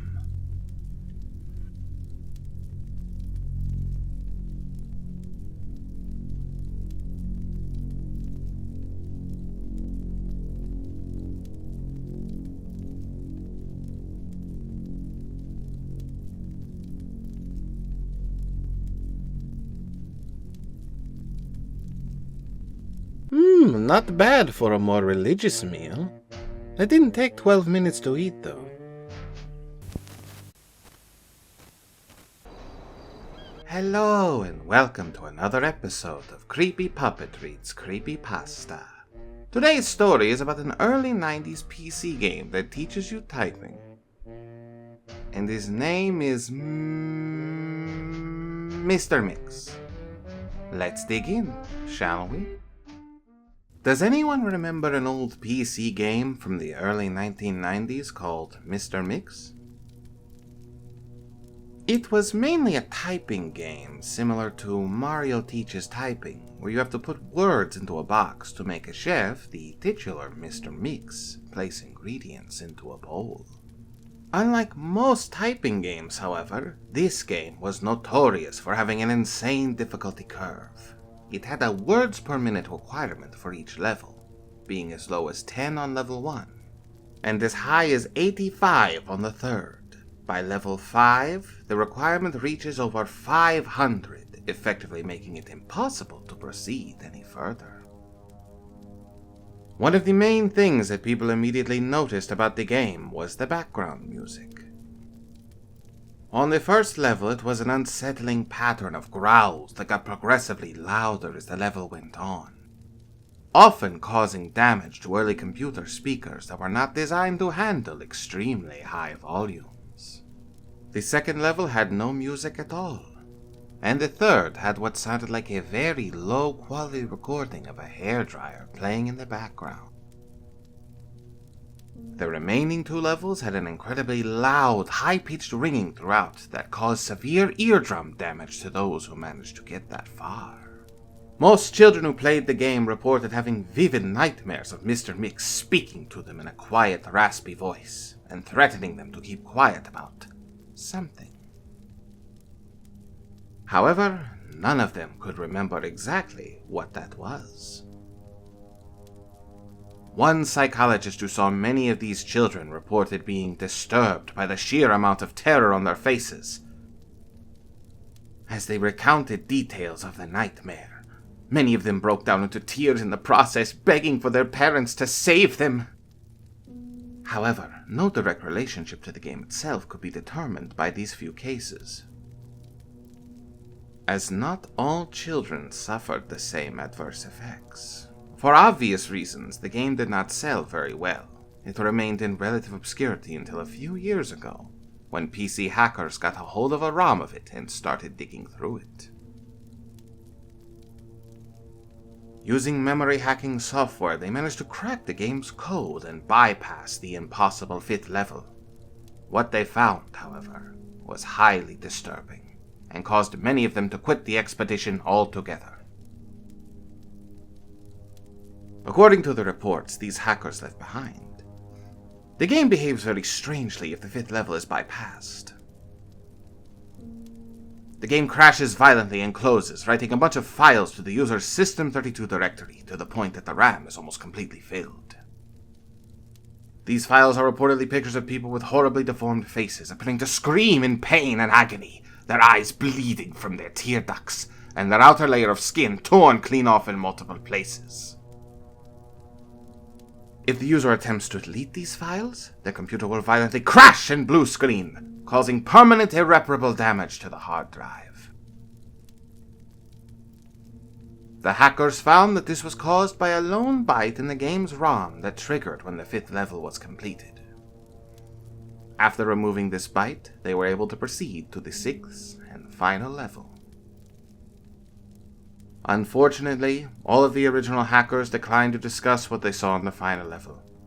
Each of them became extremely paranoid and reclusive afterwards, refusing to talk about anything related to the game, and showing astonishingly extreme symptoms of post-traumatic stress disorder. Most of them ceased to be able to form coherent sentences within a week. Within a month, all of them had gone missing. All remaining copies of the game were destroyed. To this day, no one knows what it is that caused the group so much psychological damage. Maybe it's better that way. 2 years after this incident, a man was arrested for trying to kidnap an 8-year-old girl from a grocery store. Through DNA and fingerprint analysis, he was identified as one of the original hackers who had viewed the final level of the game.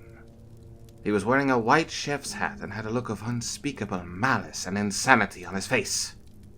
When interrogated, the man would only say one thing. "I'm Mr. Mix." Shh.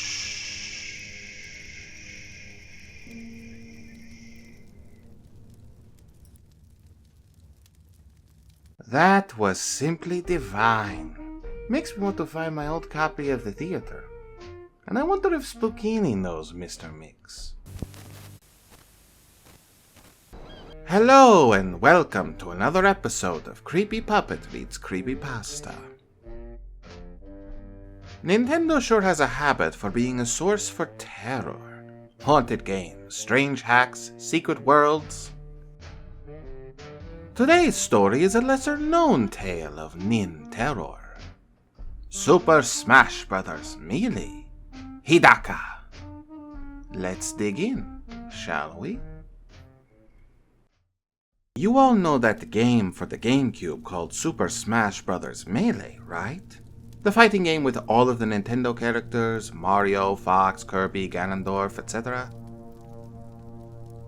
Well, you can find all of the scripts, models, textures, and files in the game if you can access the files using a program. One script called care.txt contains all of the variables and movesets for the in-game characters. Each character has a txt file that refers to their models too, in a folder called care. In order to add my texture hacks, I needed to copy all of my files to my computer. While copying, I noticed there were 26 items, but I was sure there were only 25 characters. To make sure, I explored the file names. All of the normal files were there. There was Sea Falcon, Falco, Dekong. Then I came across Hidaka. I opened the file and noticed his variable number happened to be 11912125528. I assumed they must have randomly generated the numbers. Otherwise, it'd have been between 1 to 26. His texture file was located in e/ssbm/textures/care/model-textures/Hidaka. The contents of the folder were quite disturbing. What I saw was a PNG file of a Japanese girl dressed like a hooker. She had been stabbed and mutilated to the extreme, especially at her stomach. It was cut clean. It was called Hidaka.png and was the main model texture. I absolutely couldn't believe my eyes. Why the hell would that be on the disc? I eventually remembered that I had bought this used from a flea market. It had no instruction booklet. It was replaced by what I thought might have been cheat codes or a walkthrough written on a sheet of printer paper. I got out the case and unfolded the cheat codes. Instead of cheats, I saw some Japanese writing. I couldn't translate it at the time, so I went back to the computer. I checked the script and saw that Hidaka was a hidden character. To unlock him, you had to, from what I understood, knock out the purple-colored peach 4 times in a row without taking damage while playing Ganondorf. I found it odd, but I ended up doing it. After KOing Peach for the 4th time, it went to a new character screen. It showed a video of a Japanese woman who murmured things in Japanese. A knife was in her eye. Because my parents were home, I quickly turned the volume down and waited. I did not dare to look full on, but I did peek every now and then. It went on for 4 minutes until the sound of a gunshot rang out, and the woman's head jerked back. Then it cut to black. It displayed 2 things on the screen. Hiroki Hidaka's taste for blood shall be quenched, and you have gotten the HH trophy. I looked in the trophies, but found there wasn't an actual trophy displayed. The description was still there, though. It said, "Finding this was your mistake." At this point, my GameCube restarted itself and went to the normal SSBM menu. There wasn't any music or sound, now that I think about it. But I began a match. I chose the thumbnail as Hiroki Hidaka and pitted myself against Kirby. Corneria was the stage. Nothing happened for a moment before text popped up on the screen that said, "Finding this was your mistake."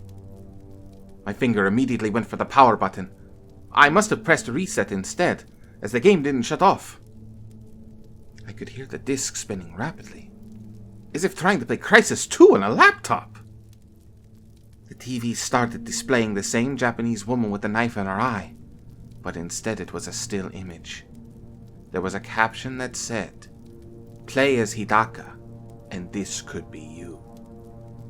I later found out the Japanese text on that paper that came in the game's case translated to the exact same words, and was even signed by Hidaka. It turns out he's a Japanese serial killer who was executed on December 25th, 2006. That was the same Christmas I bought the game.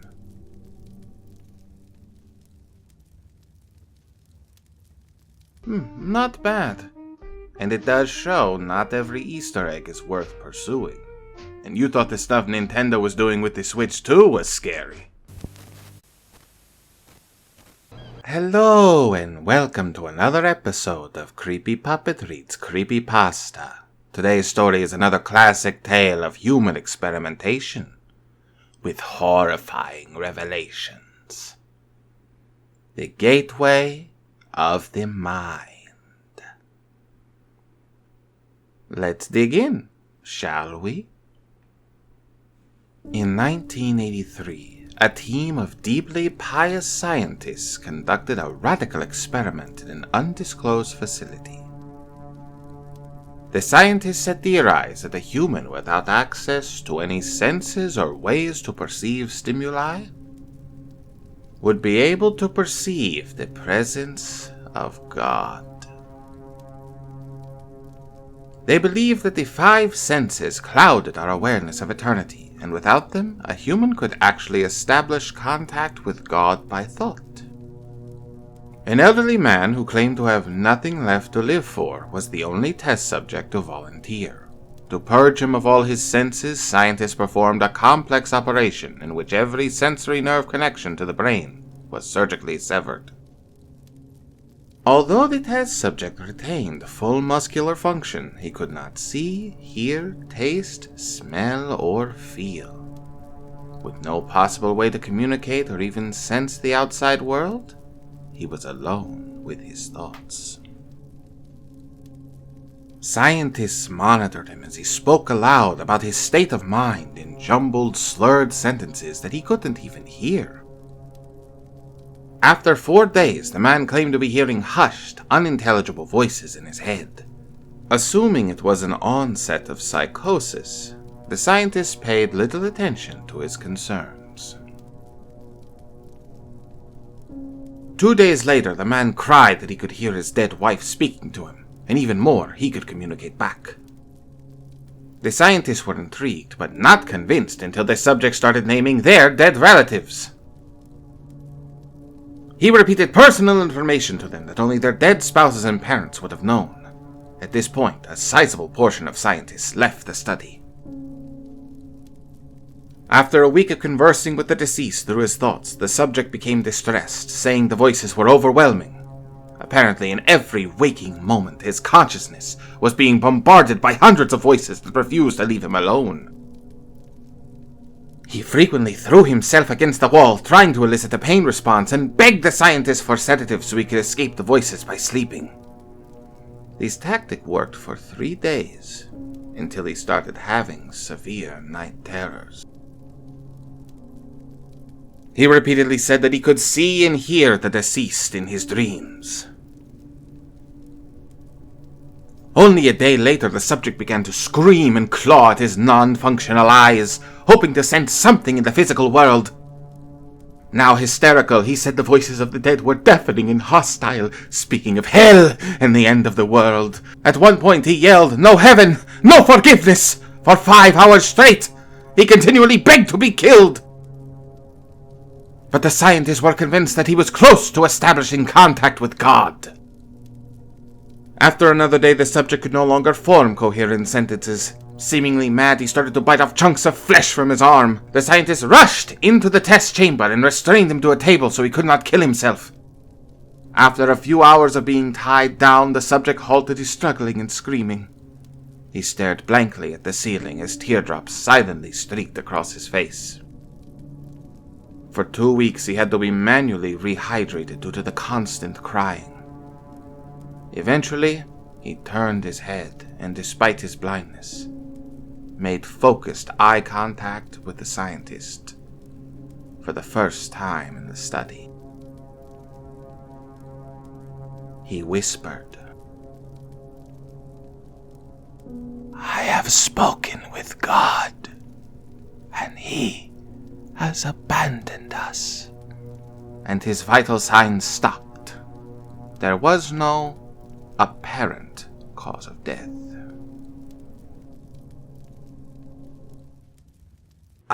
Now that pleased all 6 senses, with a nice lesson that sometimes it's better not to go searching for answers, or you may not like what you find. So what did you think of the story? Let us know in the comments below. You can also recommend stories there as well for us to read. Thank you for watching, and don't forget to subscribe to Whacky Puppets TV. If you want to support us, you can always go to our sponsor, Dubby.gg, and use our coupon code Treyblowski10 for 10% off your order for Dubby Energy Powder for Gamers. My name is Boyles, and this has been Creepy Puppet Reads Creepy Pasta. Check, please.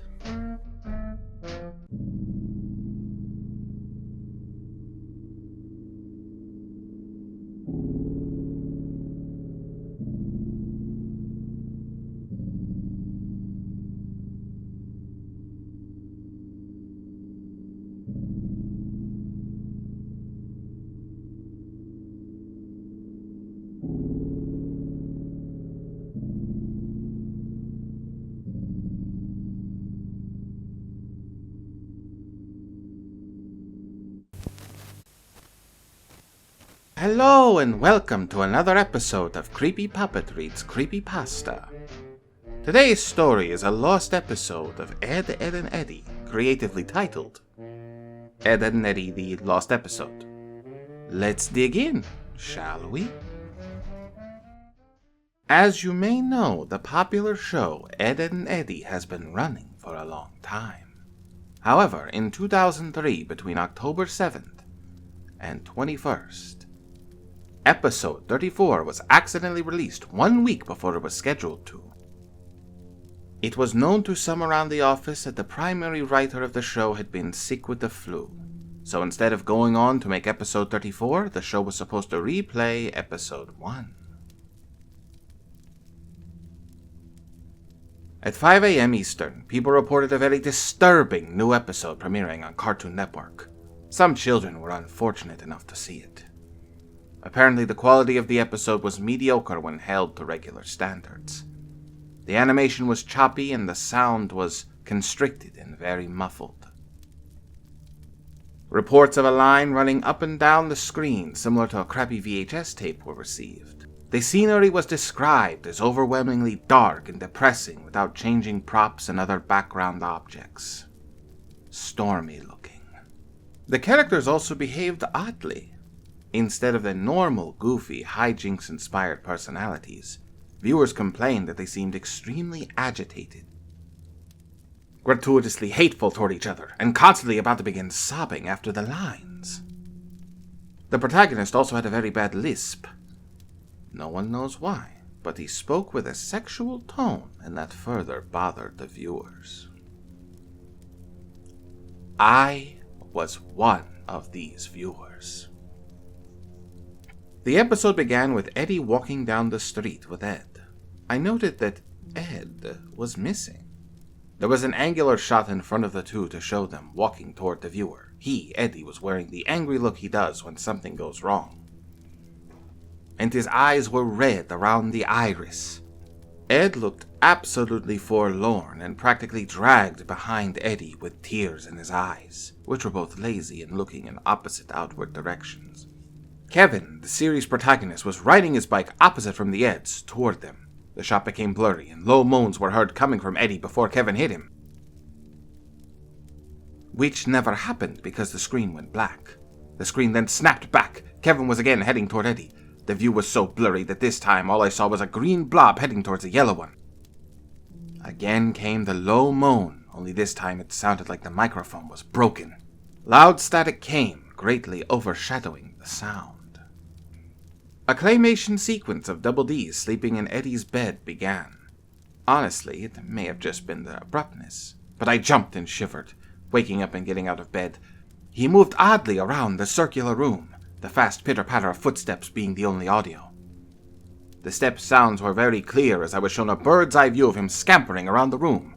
There were no visible doors. Edd began screeching. He sounded like a fisher cat, as he moved wildly around the cell of the room, faster and faster until the screen began blurring again. The purple room's color was swallowing a now orange blur. An extreme close-up of Eddie's front door then sat in absolute silence for a maddeningly long time. An extreme close-up of Eddie's front door then sat in absolute silence for a maddeningly long time. There were at least 2 minutes of dead silence, and the door. Next, we saw Jimmy and Sarah at a doctor of some sort, probably oral. Jimmy, obstructed in view by a hanging lamp, was crying loudly, with Sarah trying to comfort him in an unusually warm fashion. "It hurts, Sarah. It hurts." Suddenly, the door to the room was smashed open by a new character, a dentist. His face wasn't shown because he was tall enough to be out of the shot. Sarah was escorted out of the room and Jimmy was shown. His headgear was mangled, the front bent upward, stretching his lip to a very high tearing proportion. The front of his gums was trickling blood and teeth were missing. The disturbing part was that he had apparently lost both arms and legs beforehand and sat a paraplegic. I almost cried as I came to the conclusion that the others had beaten him up and bent his headgear. The camera stayed on his mangled face for a few seconds, as still as a picture, silent as ever. Commercials came on. We were then instantly assaulted with a very hairy Rolf in his darkened shed, fisting the cow repeatedly. The visual loops and gets blurry again as the scene pans out. Naz is reading a magazine on her couch. The quality is now perfect. Eddie is alone, without Edd. The quality declines, worse than before. He is still walking, the sun now lightening the mood somewhat as he smiles and begins running. The door is shown again, and we see through Eddie's eyes as he reaches out and opens it. His house is nice and bright, but a very badly played violin is blaring. The only audio in this scene as he makes his way through the house. Eddie opens the door to his room. Johnny is shown under Naz's couch cushion. He crawls out on all fours in a comedic way and pops up behind her, still oblivious. I laughed because someone forgot to draw his eyes and I thought of a mole. Then suddenly I stopped laughing as he started swallowing her head. Still in a cartoonish fashion, of course, but this was different. He and she stayed like this until she started kicking and struggling. Johnny held her like this until she went limp. A zoom in on his face revealed extremely small human eyes. Double D was laying on Eddie's floor, no longer in claymation. The camera showed Eddie's house for the remainder of the episode, about 3 minutes. Then the next program began on the spot.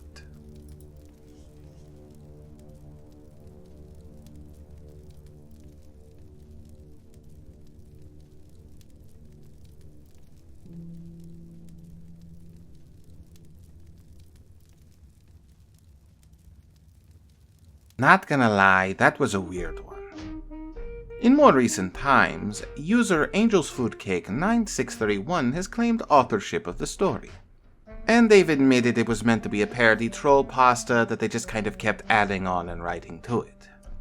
I always thought it was a story that started out in another language, then was Google translated to English. While meant to be farcical, the combination of bizarre imagery throughout the pasta would make for a creepy experience to stumble upon late at night. Hello and welcome to another episode of Creepy Puppet Reads Creepypasta. Today's story is about the most famous group of puppets to ever exist, meeting the most evil being to ever exist. Satan on the Muppet Show. Let's dig in, shall we? When I was a child, one of my favorite television programs was The Muppet Show. Every night, before I went to bed, I would tune into the show. I would always get so excited when my favorite character, Kermit, appeared. Right after dinner one night, I tuned in to see the green frog that had always brought a smile to my face. The show started out normal, with Kermit introducing a special guest star. However, things turned a little strange when Kermit introduced the special guest, Satan. And instead of the normal happy singing, there was no sound at all. Instead, the camera faded onto a black and white doorway. As the camera inched closer and closer, I began to hear small bits of white noise. It then cut to a scene of Kermit in front of the standard red theater curtains. There were several things out of place, however. Kermit's head seemed warped and longer than usual. The colors he was composed of were now different and darker. The bricks were also covered with a very bright substance which seemed to be carelessly splattered about the wall. Kermit did not say anything. Instead, he just stared blankly at the camera, barely moving. I'm not quite sure how long the scene lasted, but to me it seemed to go on forever. Finally, the scene transitioned to a very dimly lit room that seemed to be someone's attic. The film was in black and white again, and the only source of light came from behind some boxes in the back. The room was very dirty and had random objects scattered across the floor. There was a dirty old projector toppled over in the middle of the room as well. I stared at it for a bit, until something suddenly moved behind it. What I saw will haunt me for the rest of my life. An overstretched, limbless, and filthy Kermit puppet was being slowly dragged across the floor by an unseen string. It looked lifeless, until the head began to crane towards the camera, even though no one was puppeteering it. It took ages for the poor frog's gaze to finally reach me, but as soon as it did, the program cut to static. I just sat in silence, frozen by fright and staring at the TV. To this day, I still don't have a clue what happened that night. The Muppet Show will always be one of my favorite television shows, but it'll never quite be the same because of that fateful night.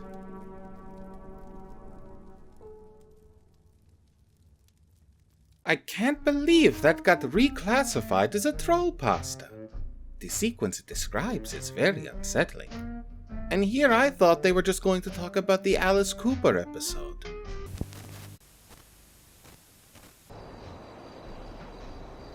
Hello and welcome to another episode of Creepy Puppet Reads Creepypasta. Today's story is about America's favorite doll, Barbie doll. Written by MJTR. Let's dig in, shall we?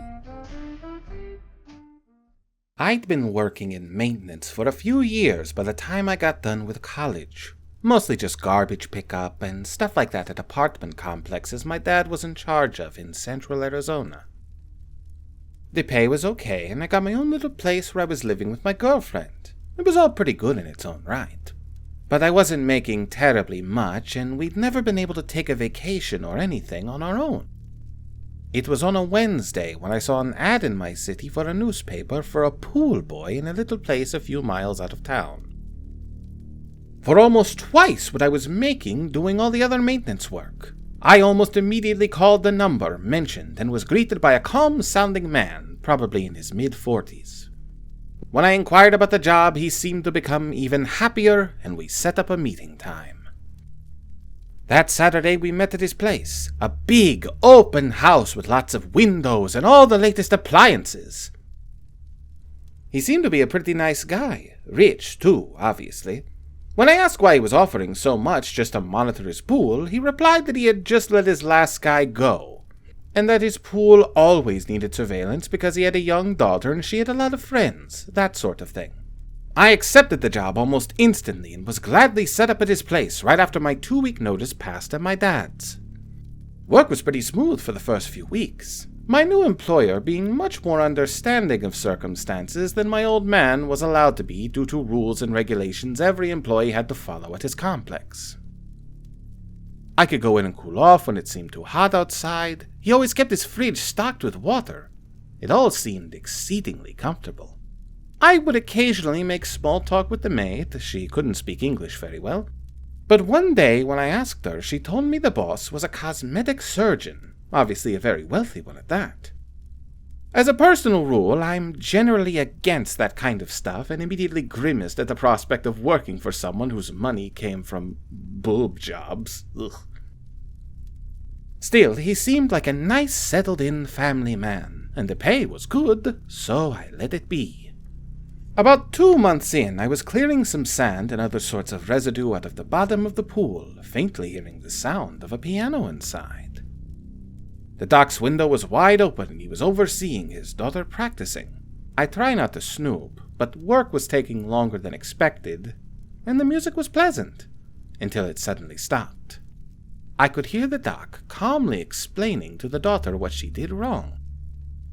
But in an instant she was screaming at him that she wanted to stop.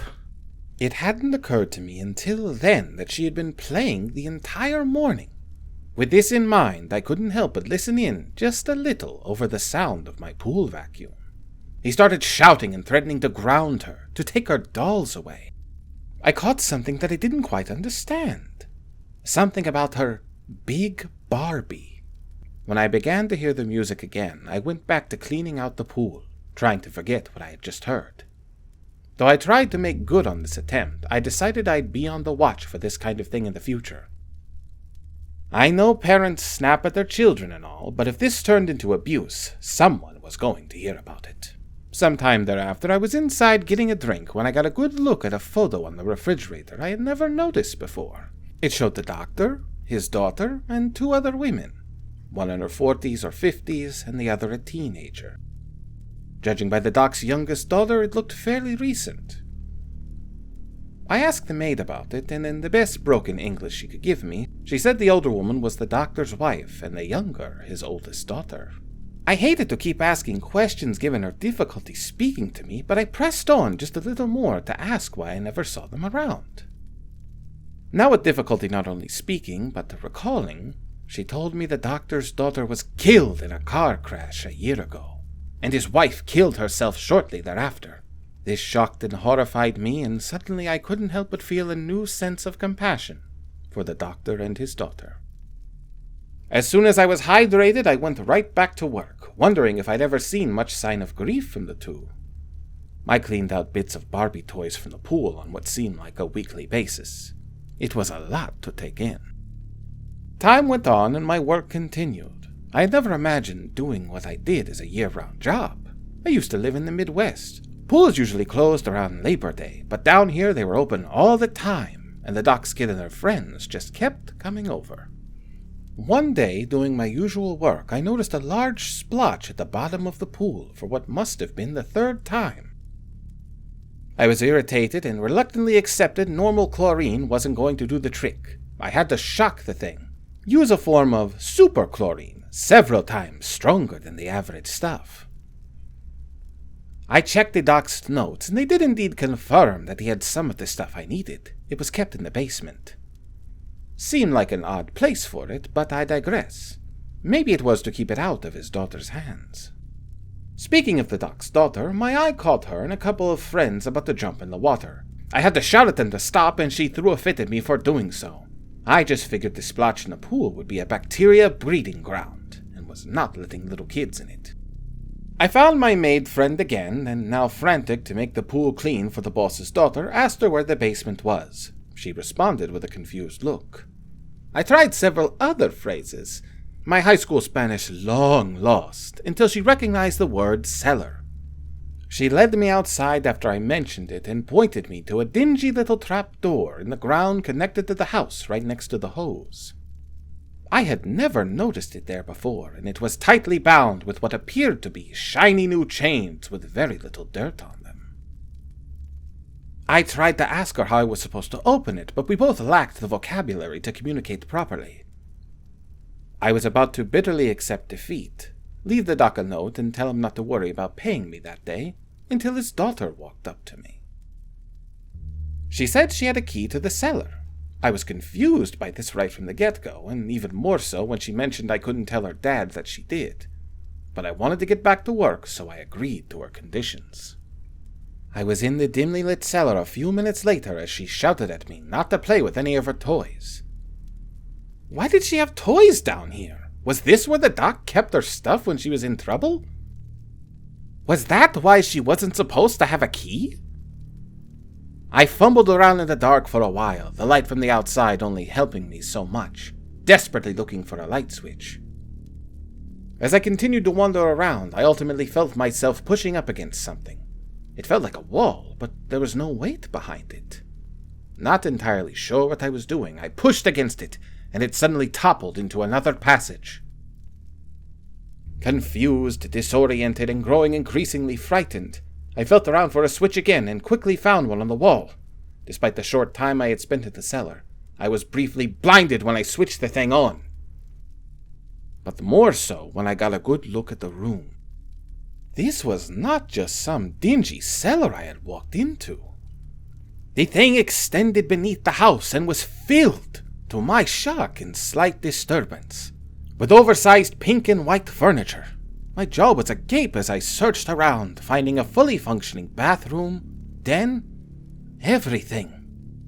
The rooms were much smaller than they had been upstairs, but they were still comparable to a decent hotel's. Why on earth did the doctor have all this down here? I wandered through just a little more, too shocked by what I had seen to turn back, when I came upon a bedroom. Of course, everything was still pink and huge. And this room even included a closet full of clothes, but the most notable feature present was what appeared to be a giant cardboard box sitting in the room's center. In sloppy handwriting, the box read, "My favorite Barbie." I didn't want to open the box. I swore to myself for dropping down and grabbing the bottom of the cardboard cube, my consciousness screaming to put the damn thing down and find whatever I had come for. I couldn't even remember anymore, but I just had to know what all this was for. I wish I'd never taken that job. I wish I'd never gone into that cellar. I wish I'd never opened that fucking box. I screamed and scrambled away the instant I saw what I did. Standing before me, at my almost exact height, was a Barbie doll. I struggled to catch my breath as I stared at the thing. I was full of doubt Mattel had made anything like this, but the likeness was nearly perfect to the dolls I'd been seeing around the house. Her eyes were wide open and green, and she had long blonde hair and bright pink lips, smiling. Trying to take it in, I noticed the doll was naked. It had oversized breasts without any nipples, and that seemingly impossible figure that led down to a solid patch of skin where the genitals would be. Heart pounding, I noticed something along the doll's back. I slowly went behind it to take a look, seeing a large, bulbous thing sticking out of it, almost like a button. Letting curiosity defeat me once again, I gently pressed it. "Help me!" the doll screamed in a shrill voice.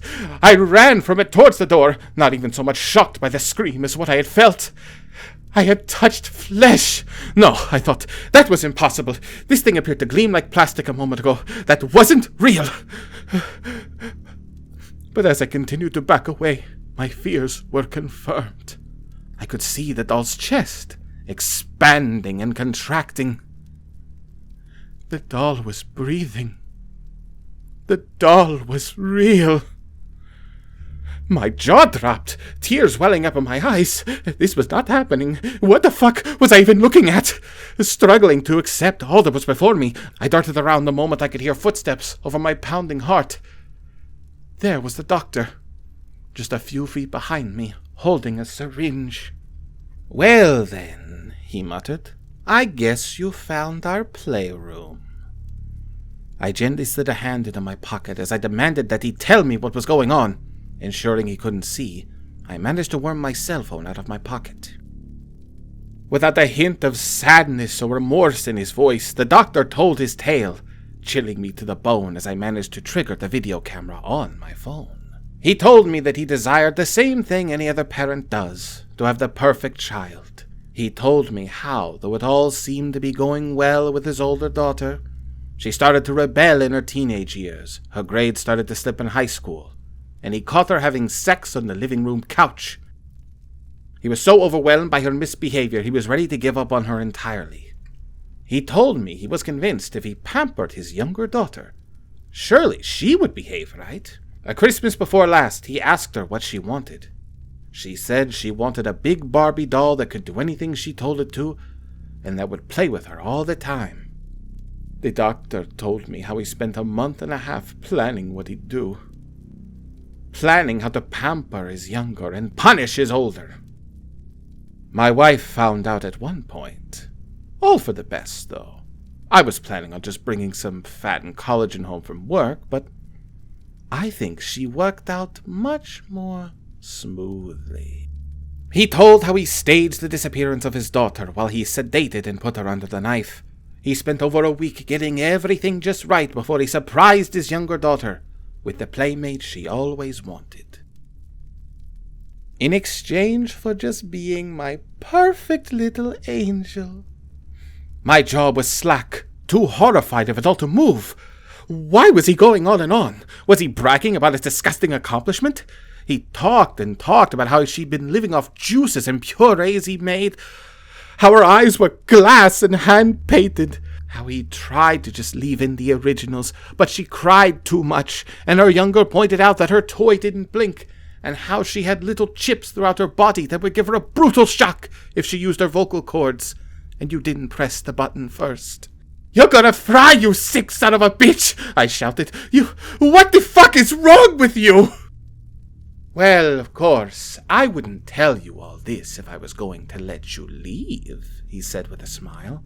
"I've needed a matching Ken doll, you know."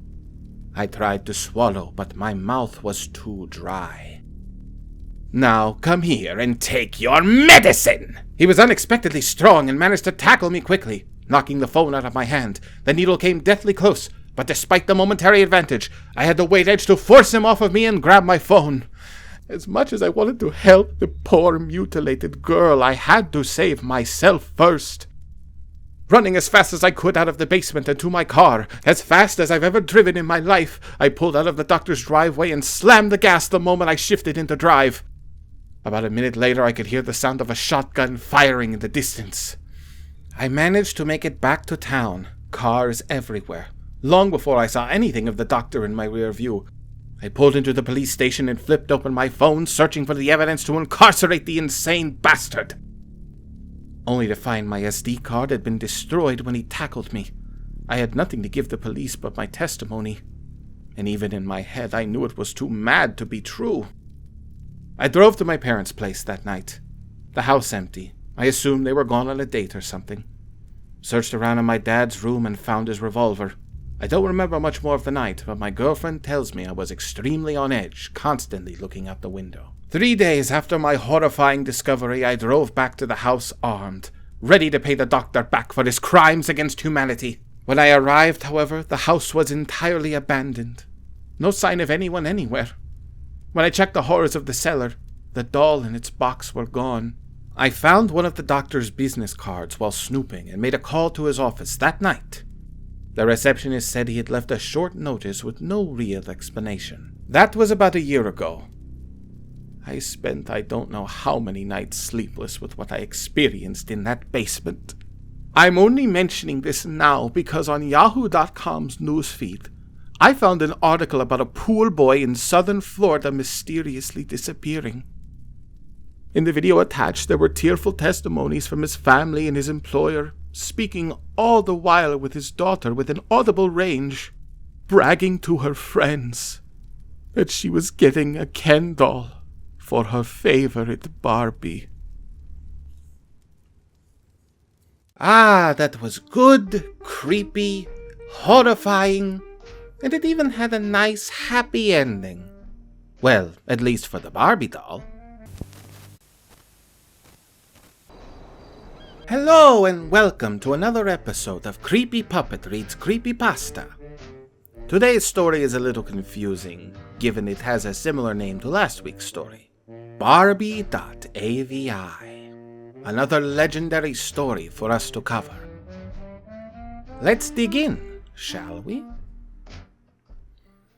Hello. This happened to me a few months ago. I just need to share it here with somebody. It all started at my friend's party. He's an artist who rented out a loft in the industrial part of town.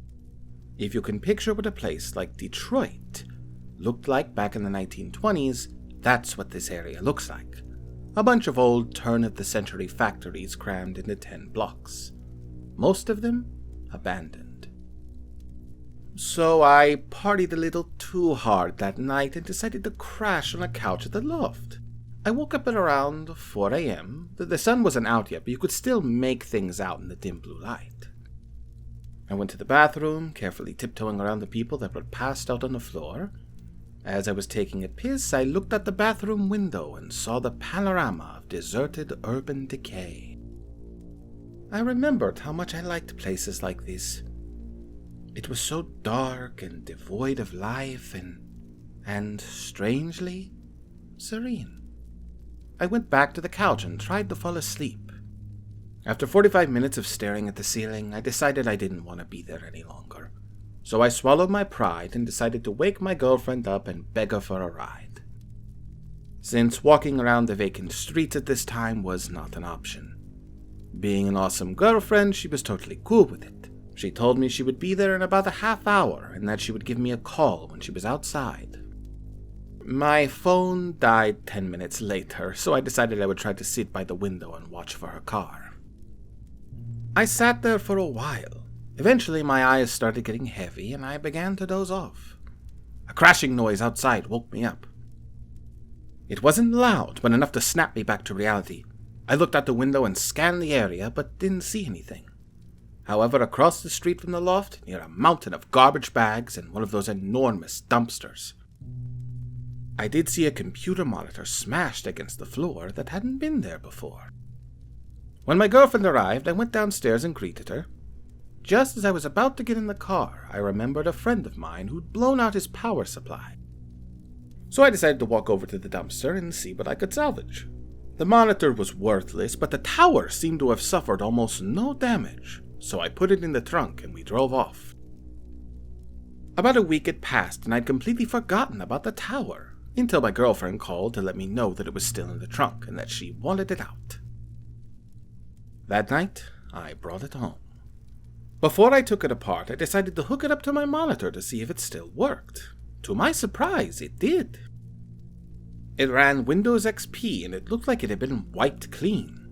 I decided to do searches for words like tits and pussy in hopes of finding some secret stash full of weird, deviant porn the previous owner had forgotten about. A morbid curiosity, I guess, but my search came up with nothing. There were no picture files. Then I searched for movies and one came up. It was an AVI inside of a folder titled Barbie, hidden in the Windows System32 directory. So I played it. This is where it gets disturbing. The movie was an hour long and was made up of what seemed like raw exported footage.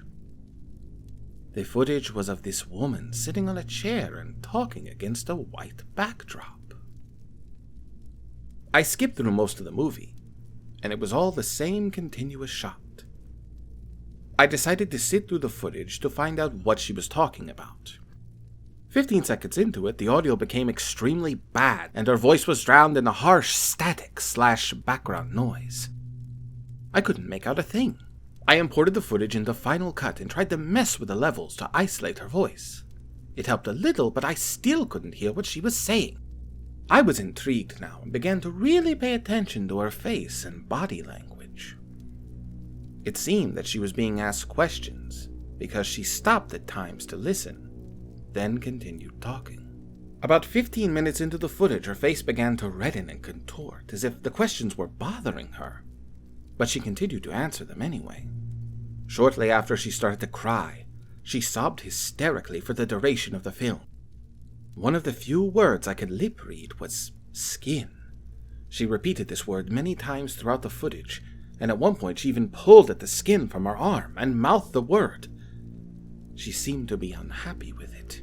It kept on building and building, and about 40 minutes in, she was crying so hard she could barely look at the camera. She stopped talking at this point. The rest of the footage was just her crying with her head down. Oddly enough, she didn't get up or move. The screen just faded to black.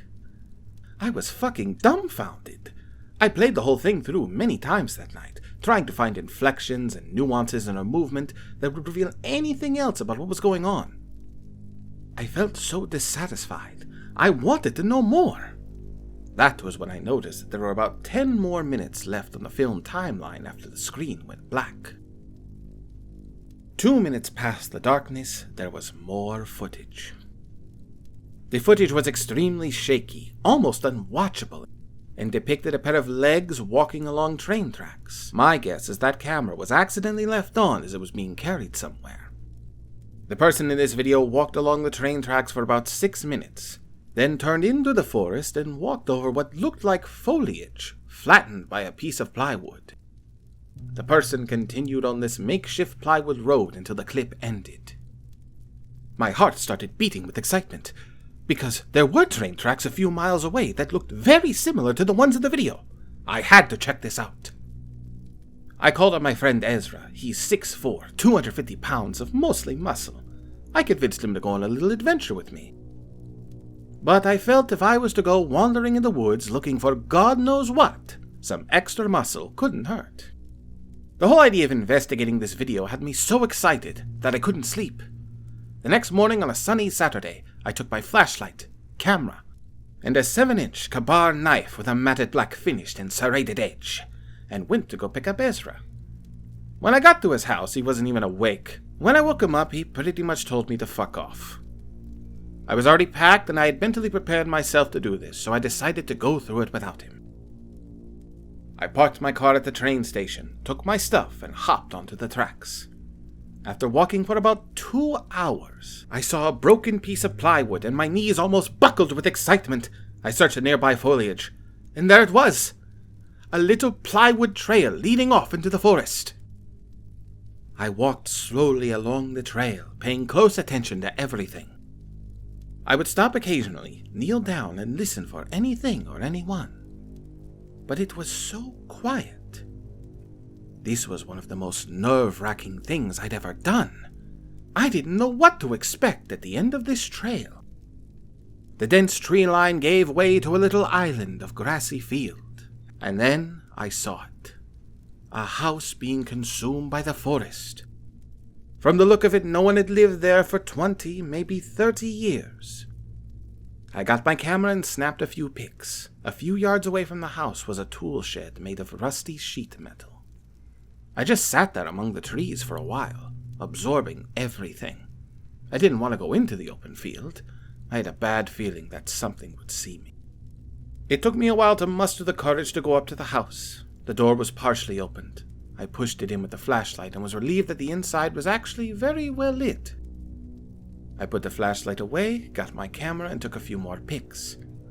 There was no furniture. The floor was riddled with bricks, wood, and other rubble, and some of the walls had huge holes in them. When I went further in to explore, I saw some things that I didn't pay much mind to in the moment, but now that I think about them in hindsight, they greatly disturbed me. The first thing that seemed odd was that one of the doors in the first room that I presume led to the basement seemed a little too new to be in this house. It was also the only door that was locked. Also, when I made my way up to the second floor, I saw some chairs and a fold-up table that also seemed a little too new to be there.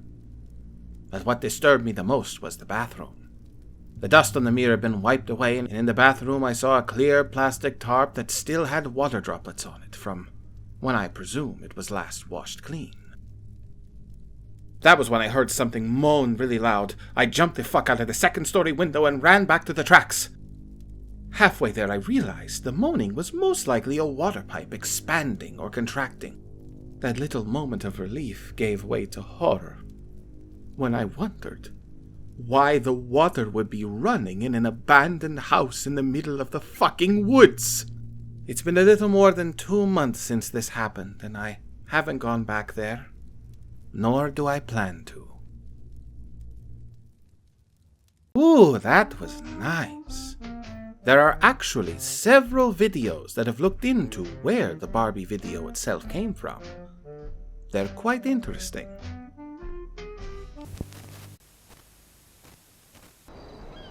Hello and welcome to another episode of Creepy Puppet Reads Creepypasta. Today's story is one of my favorites. A good follow-up to last week's story about finding abandoned tech and snooping around inside it. Unbranded Laptop. Let's dig in, shall we? My brother moved out of the house back in 2002 once he got his job as a computer technician, and he recently went missing. When I went to his house, it was locked with 3 sheets of printer paper taped to the front door. While coming home from work one day, I noticed someone had left their damaged gray laptop laying in the middle of the driveway. I got out of my car to examine it more carefully. The LCD definitely showed signs of user-related damage. There was a large hole on the left side of the screen that appeared to fit a standard Phillips head screwdriver perfectly. There was a webcam above the display, and it was also destroyed with the same screwdriver. Other than those, everything else of the computer showed minor signs of wear. Almost all of the keyboard keys were faded, but not to the extent that the laptop could be considered unusable. I looked at the back of the display to find out what brand it is, but I couldn't find anything. I looked at the entire laptop shell, but there was no text or logo stating what brand it was. In fact, there was no warranty sticker, no proof of purchase sticker on the bottom, no text whatsoever. What was even more odd was the fact that the only ports on the laptop were a VGA port for connecting an external display and a USB port. How long could this laptop have possibly run without a charging port to recharge the battery? It must have been a very low-end laptop where you had to remove the battery pack and plug it into its own charging dock. Why did it have a webcam, though? Curious as to what was on the laptop, I ran inside to my basement where my old desktop was currently being stored. The reason it was down there was because I forgot to bring that behemoth to the local Sarkhan to recycle it. I would have been using it as my regular computer, but it takes 5 or 6 hours to fully boot because the system always goes to recovery mode every time you start it. And the processor is way too slow to recover everything on the 500 gigabyte hard drive I had installed on it. A 120 MHz premium processor doesn't get you far. I removed the old LG CRT monitor from the desktop and plugged it into the laptop. I went to push the power button when I stopped. There's no way this is going to work. The battery has to be dead by now. I rummaged around the basement to find my battery voltage tester and quickly withdrew the battery from the laptop and checked the voltage. Lo and behold, it had no charge. Well, I thought, might as well just leave it and take everything to the Sarkhan tomorrow morning. With that, I unplugged the display from the laptop, put it back into the desktop, and simply left everything downstairs. After leaving the basement, I went to go watch TV for about 3 hours or so before going to bed. I was suddenly awakened from my deep slumber by the sound of the Windows 2000 startup jingle and fell out of my bed. It was so deafeningly loud. I swore someone was holding a pair of speakers right next to my ears. I stood up in a groggy daze, and it took a couple of minutes to figure out what the sound was. The desktop! I must have accidentally hit the power switch while trying to switch the monitors. I headed to the basement, but froze in the middle of the steps. I just remembered there was no way my computer could have started up, because I have Windows 95 installed on my desktop. I was reluctant to go down the steps after that, but my common sense started kicking in, and I thought I must be getting my OSs mixed up. When I walked down, I was shocked to see that my desktop wasn't on. In fact, I remembered it wasn't even plugged in. I had to make sure of it, though. I checked behind the desktop. Everything else was plugged in except for the tower.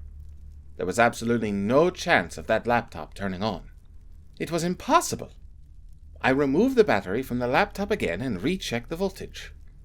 This time, I couldn't get a direct number. The voltage tester was just going insane. I reinserted the battery and pressed the power button on the laptop. Some indicator lights flashed, meaning the computer definitely started. Except this time, the startup jingle wasn't played at all. I needed to see what was going on here. I connected the CRT monitor back into the laptop, and what I saw was a bare desktop with 3 icons in the corner. The taskbar was empty and there was no start menu button. The wallpaper was black. Why would anyone do this to their desktop? Anyone could remove all the icons, but they had to be pretty skilled hackers to remove the start menu button. Of the 3 icons, one was a games folder, one was a videos folder, and the last one was the DOS command prompt program. Maybe this was a kid's laptop? Clicking the games folder confirmed my suspicions. A little girl must have owned this laptop. I felt some remorse for the poor girl because there was only one game in the folder. The program name was Princess.exe. I clicked on it just to see what the game was like. A fully animated title screen came up with various generic fairy tale princesses twirling across the screen. And then the logo flew down with a bunch of sparkly doves holding it. The game was called Princess Creator, Make Yourself Beautiful.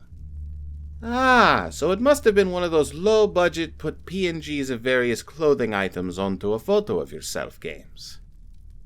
I was right. As the menu popped up and I was given the option to dress up or to view pretty pictures, I wanted to see what the girl looked like, so I clicked on the second option. She had to have been no more than 5, and on top of that she looked very cute. She was of either Mexican or Spanish origin. She wore a somewhat tattered white dress with small red frills around the sleeves and collar. It had small roses on it.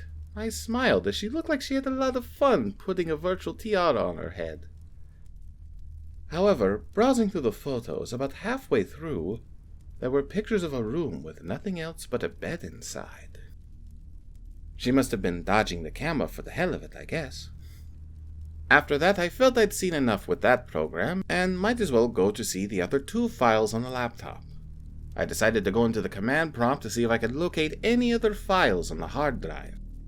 I simply got a command line with no drive letter. Okay, this is really strange, I thought. I typed into the command box, Start C, to see if I could open the directory I wanted to explore. I pressed enter and DOS simply replied, Start is not recognized as an internal or external command, operable program, or batch file. After a few seconds, the program crashed, bringing me back to the desktop. So I guess the last thing to look at is the videos. As I double-clicked the folder, and the screen faded to black. I thought it had crashed, but I noticed there was a small underscore flashing in the top left corner. Suddenly the text, Start, Videos 001.wmv flashed briefly. Then a video appeared in full screen. It was the girl again. This time she was smiling, bouncing slightly in excitement. Her happiness made my heart feel warm. My guess was that she must have been recording herself play the dress-up game with the webcam. At first she was simply moving her fingers across the trackpad, clicking, then giggling excitedly for a bit. She must have been laughing at the things she put on herself in the game. After about 2 minutes or so, the screen would cut to black for a fraction of a second, then return to the girl playing the game. This time, however, she was dressed differently, in a simple pink t-shirt with the words Go Go Girl stitched in glitter. I guess the game was recording her every time she started it, without her knowing. That made me feel sort of uneasy. I mean, why would anyone program a game to do that? Whatever. I guessed it was going to be the same sort of thing over and over, so I might as well turn off the computer. I reached over and pressed the power button, and it didn't shut off this time. The video continued to play, and I saw this time the girl was wearing an orange tank top with nothing written on it. She was smiling and giggling as usual, and I thought maybe I could turn off the computer after the video was done. It couldn't be that long. The video seemed to drag on with more cuts of her playing the game in a different outfit, and I started to doze off. However, after the next cut in the video, the girl was just staring at the camera with an expressionless look on her face. Wondering what the hell was going on, I became interested in the video again. This one didn't make me smile. It made me extremely uneasy to watch her without her usual smiley face on. It was dark in the room, but there was one desk light on at the side.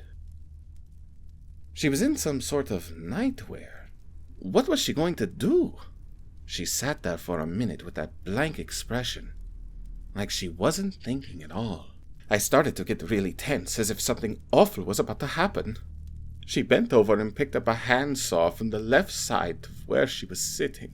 She held it in front of her, showing it to the camera. Then she placed the jagged blade on the side of her cheek. I cringed at what I was seeing. Slowly she began slicing into her right cheek. Blood drizzled down her neck as she did it. Slowly the side of her teeth began to show after about 10 seconds. As the saw went lower on her face, more of her teeth began to show on the side. Blood covered almost the entire right side of her face. She eventually got to the bottom of her jawbone and saw the tiny piece off of it too. Her cheek fell to the ground with a small thud, and she put the saw on her lap and continued to stare at the camera, emotionless. I couldn't take much more of this and tore the battery out of the laptop, but the video continued to play. Then the next cut began. The girl screamed in extreme pain. I almost fell out of my seat, it was so loud. She screamed and put her hands over her now absent cheek. She continued to scream in agony for about 10 seconds. Then a knocking was heard from the side. It was a woman, yelling in a language I couldn't understand. She was pounding on the door, but not opening it. The girl must have locked it. I tried to unplug the monitor from the laptop, but it was stuck in. I didn't want to see what happens next. The screaming and yelling continued until the next cut. She was back in her emotionless state again, but her cheek was still missing. The woman at the door was pounding and yelling still. It must have been her mother. The girl then raised the saw up to her right shoulder and began cutting just as slowly as last time. I gagged at the sight of this. It was a holocaust of wrong. The blood began to stream out in all directions. The yelling behind the door fell silent. I guess the other woman was trying to get someone to help her, either the father or the brother or whatnot. When she hit the bone, an awful grinding noise could be heard. I covered my ears, but I could still hear it vividly through my hands. I noticed that a piece of her muscle got stuck on one of the steel teeth of the saw. This cut ended a lot faster than before, and the next cut was the same thing, except the color from her face was draining, and her pain-ridden screams became quickly weaker. Her clothing was completely red with blood on the right side. Then she became emotionless again. Oh God, what is she going to cut off next? The mother returned with what sounded like two other people, and they were all yelling in the same language as before. She raised the saw and began cutting the right side of her head off. Loud thuds were sounding at the door. They were trying to knock it down. She continued to work her way down, with blood going in all sorts of directions. The thuds still repeated themselves against the door. I was mostly confused as to how she kept going, even after she went through her brain with the saw. Her right eye rolled into the back of her head. Blood began leaking out of it. She eventually made it to the top of her mouth, where she hacked her way through bones and teeth. It was the single worst sound I had ever heard in my entire life. I still hear it in the back of my head some days. The thud continued, and deep in the back of my mind I hoped they wouldn't be able to break the door down, so they wouldn't have to see such an awful sight. She finally made it through, and with that, the right side of her head fell to the side of her neck, held on only by a piece of skin. I remember the chilling sound of her jaw being unhinged when it was tugged violently by the force of the top half of her head. She put the saw down to her side.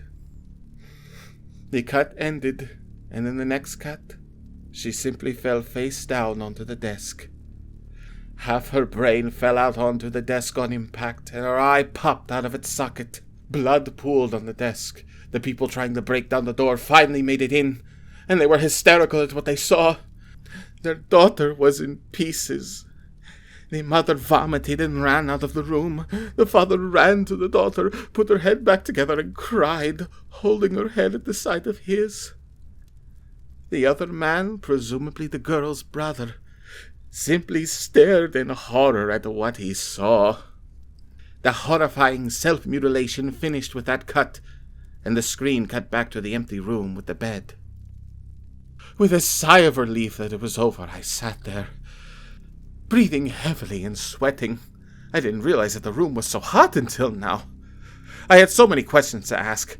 How was all this possible? It frightened me, and I spent a good 30 minutes sitting in the chair. And finally, I got the courage to get up. I looked back at the laptop for what I hoped was the last time. The room with the bed glared on the screen. Then it cut to something else. It was a cut of my face in the basement using the laptop.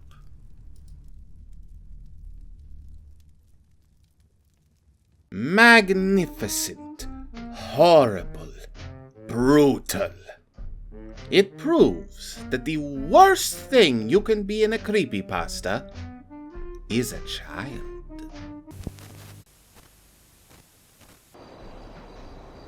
Hello and welcome to another episode of Creepy Puppet Reads Creepypasta. Today's story involves the world's most famous cat and mouse duo, written by one of the most famous Lost Episode authors. Tom and Jerry, The Lost Episode by K.I. Simpson. Let's dig in, shall we? The 13 Tom and Jerry shorts made by the Czechoslovakian director Gene Deitch are infamous for their poor quality and rather disturbing nature, featuring badly done sound effects and animation that gave the violence a more realistic feel. Some have speculated that Deitch didn't like the concept behind Tom and Jerry and was pressured into making them, and wanted to make the people who watched his take on it feel bad for liking the concept. What many people don't know is that Deitch was originally signed on to make more than 13 episodes the public has access to. Desperate to get out of his contract, he made one more Tom and Jerry short that few have ever seen. It was called Tom's Basement. It opened with Tom in a typical Tom and Jerry house. His owner was the fat, angry guy from the other tight shorts. Tom's owner seemed even angrier than in his other appearances.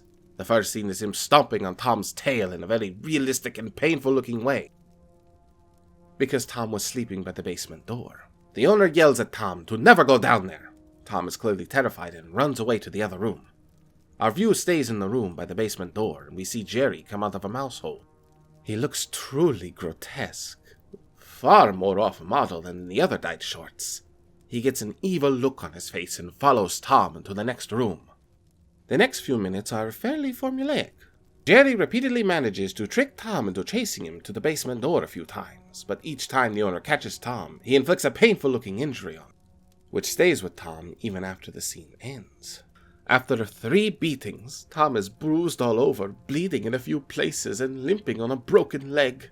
After this, Tom starts to literally beg Jerry not to bother him anymore. He's not really talking, but he's crying and mumbling, and you can tell what he's doing by his body language. Jerry just laughs at him and pushes him back to the basement door. The owner catches Tom again and goes ballistic. The camera zooms in on his face. It changes color and distorts as he yells at Tom in a much louder voice than any other sound in the cartoon. I can't post most of what he said on here, but it was vicious and furious. It seemed like Jerry had finally decided to take pity on Tom, though. He picked up a knife that was lying around and stabbed the owner in the leg quite graphically. Tom opened the basement door and they carried the owner's body down the stairs. There were dozens of other bodies down there, decaying and showing signs of violent deaths. Tom and Jerry shake hands, and it seems like they've triumphed over the serial killer. But Jerry gets an evil look in his face again, and Tom says in that ghostly deep voice, "Don't you believe it?" Jerry stabs Tom, killing him, and throws his body into the pile. The last shot is Jerry putting up a for sale sign on the yard of the house, laughing, clearly planning to do it all again.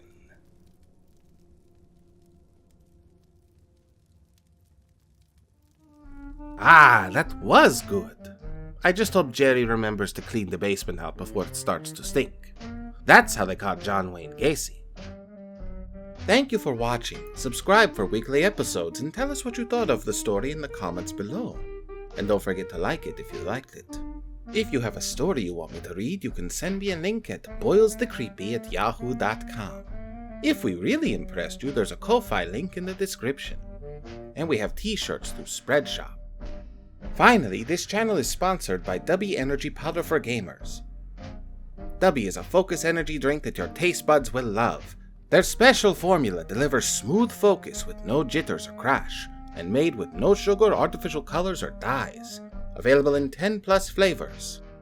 And if you use the code Treyblowski10, you'll get 10% off your order. Who knows, maybe they'll make a flavor for me someday. My name is Boils, and this has been Creepy Puppet Reads Creepypasta. Check, please.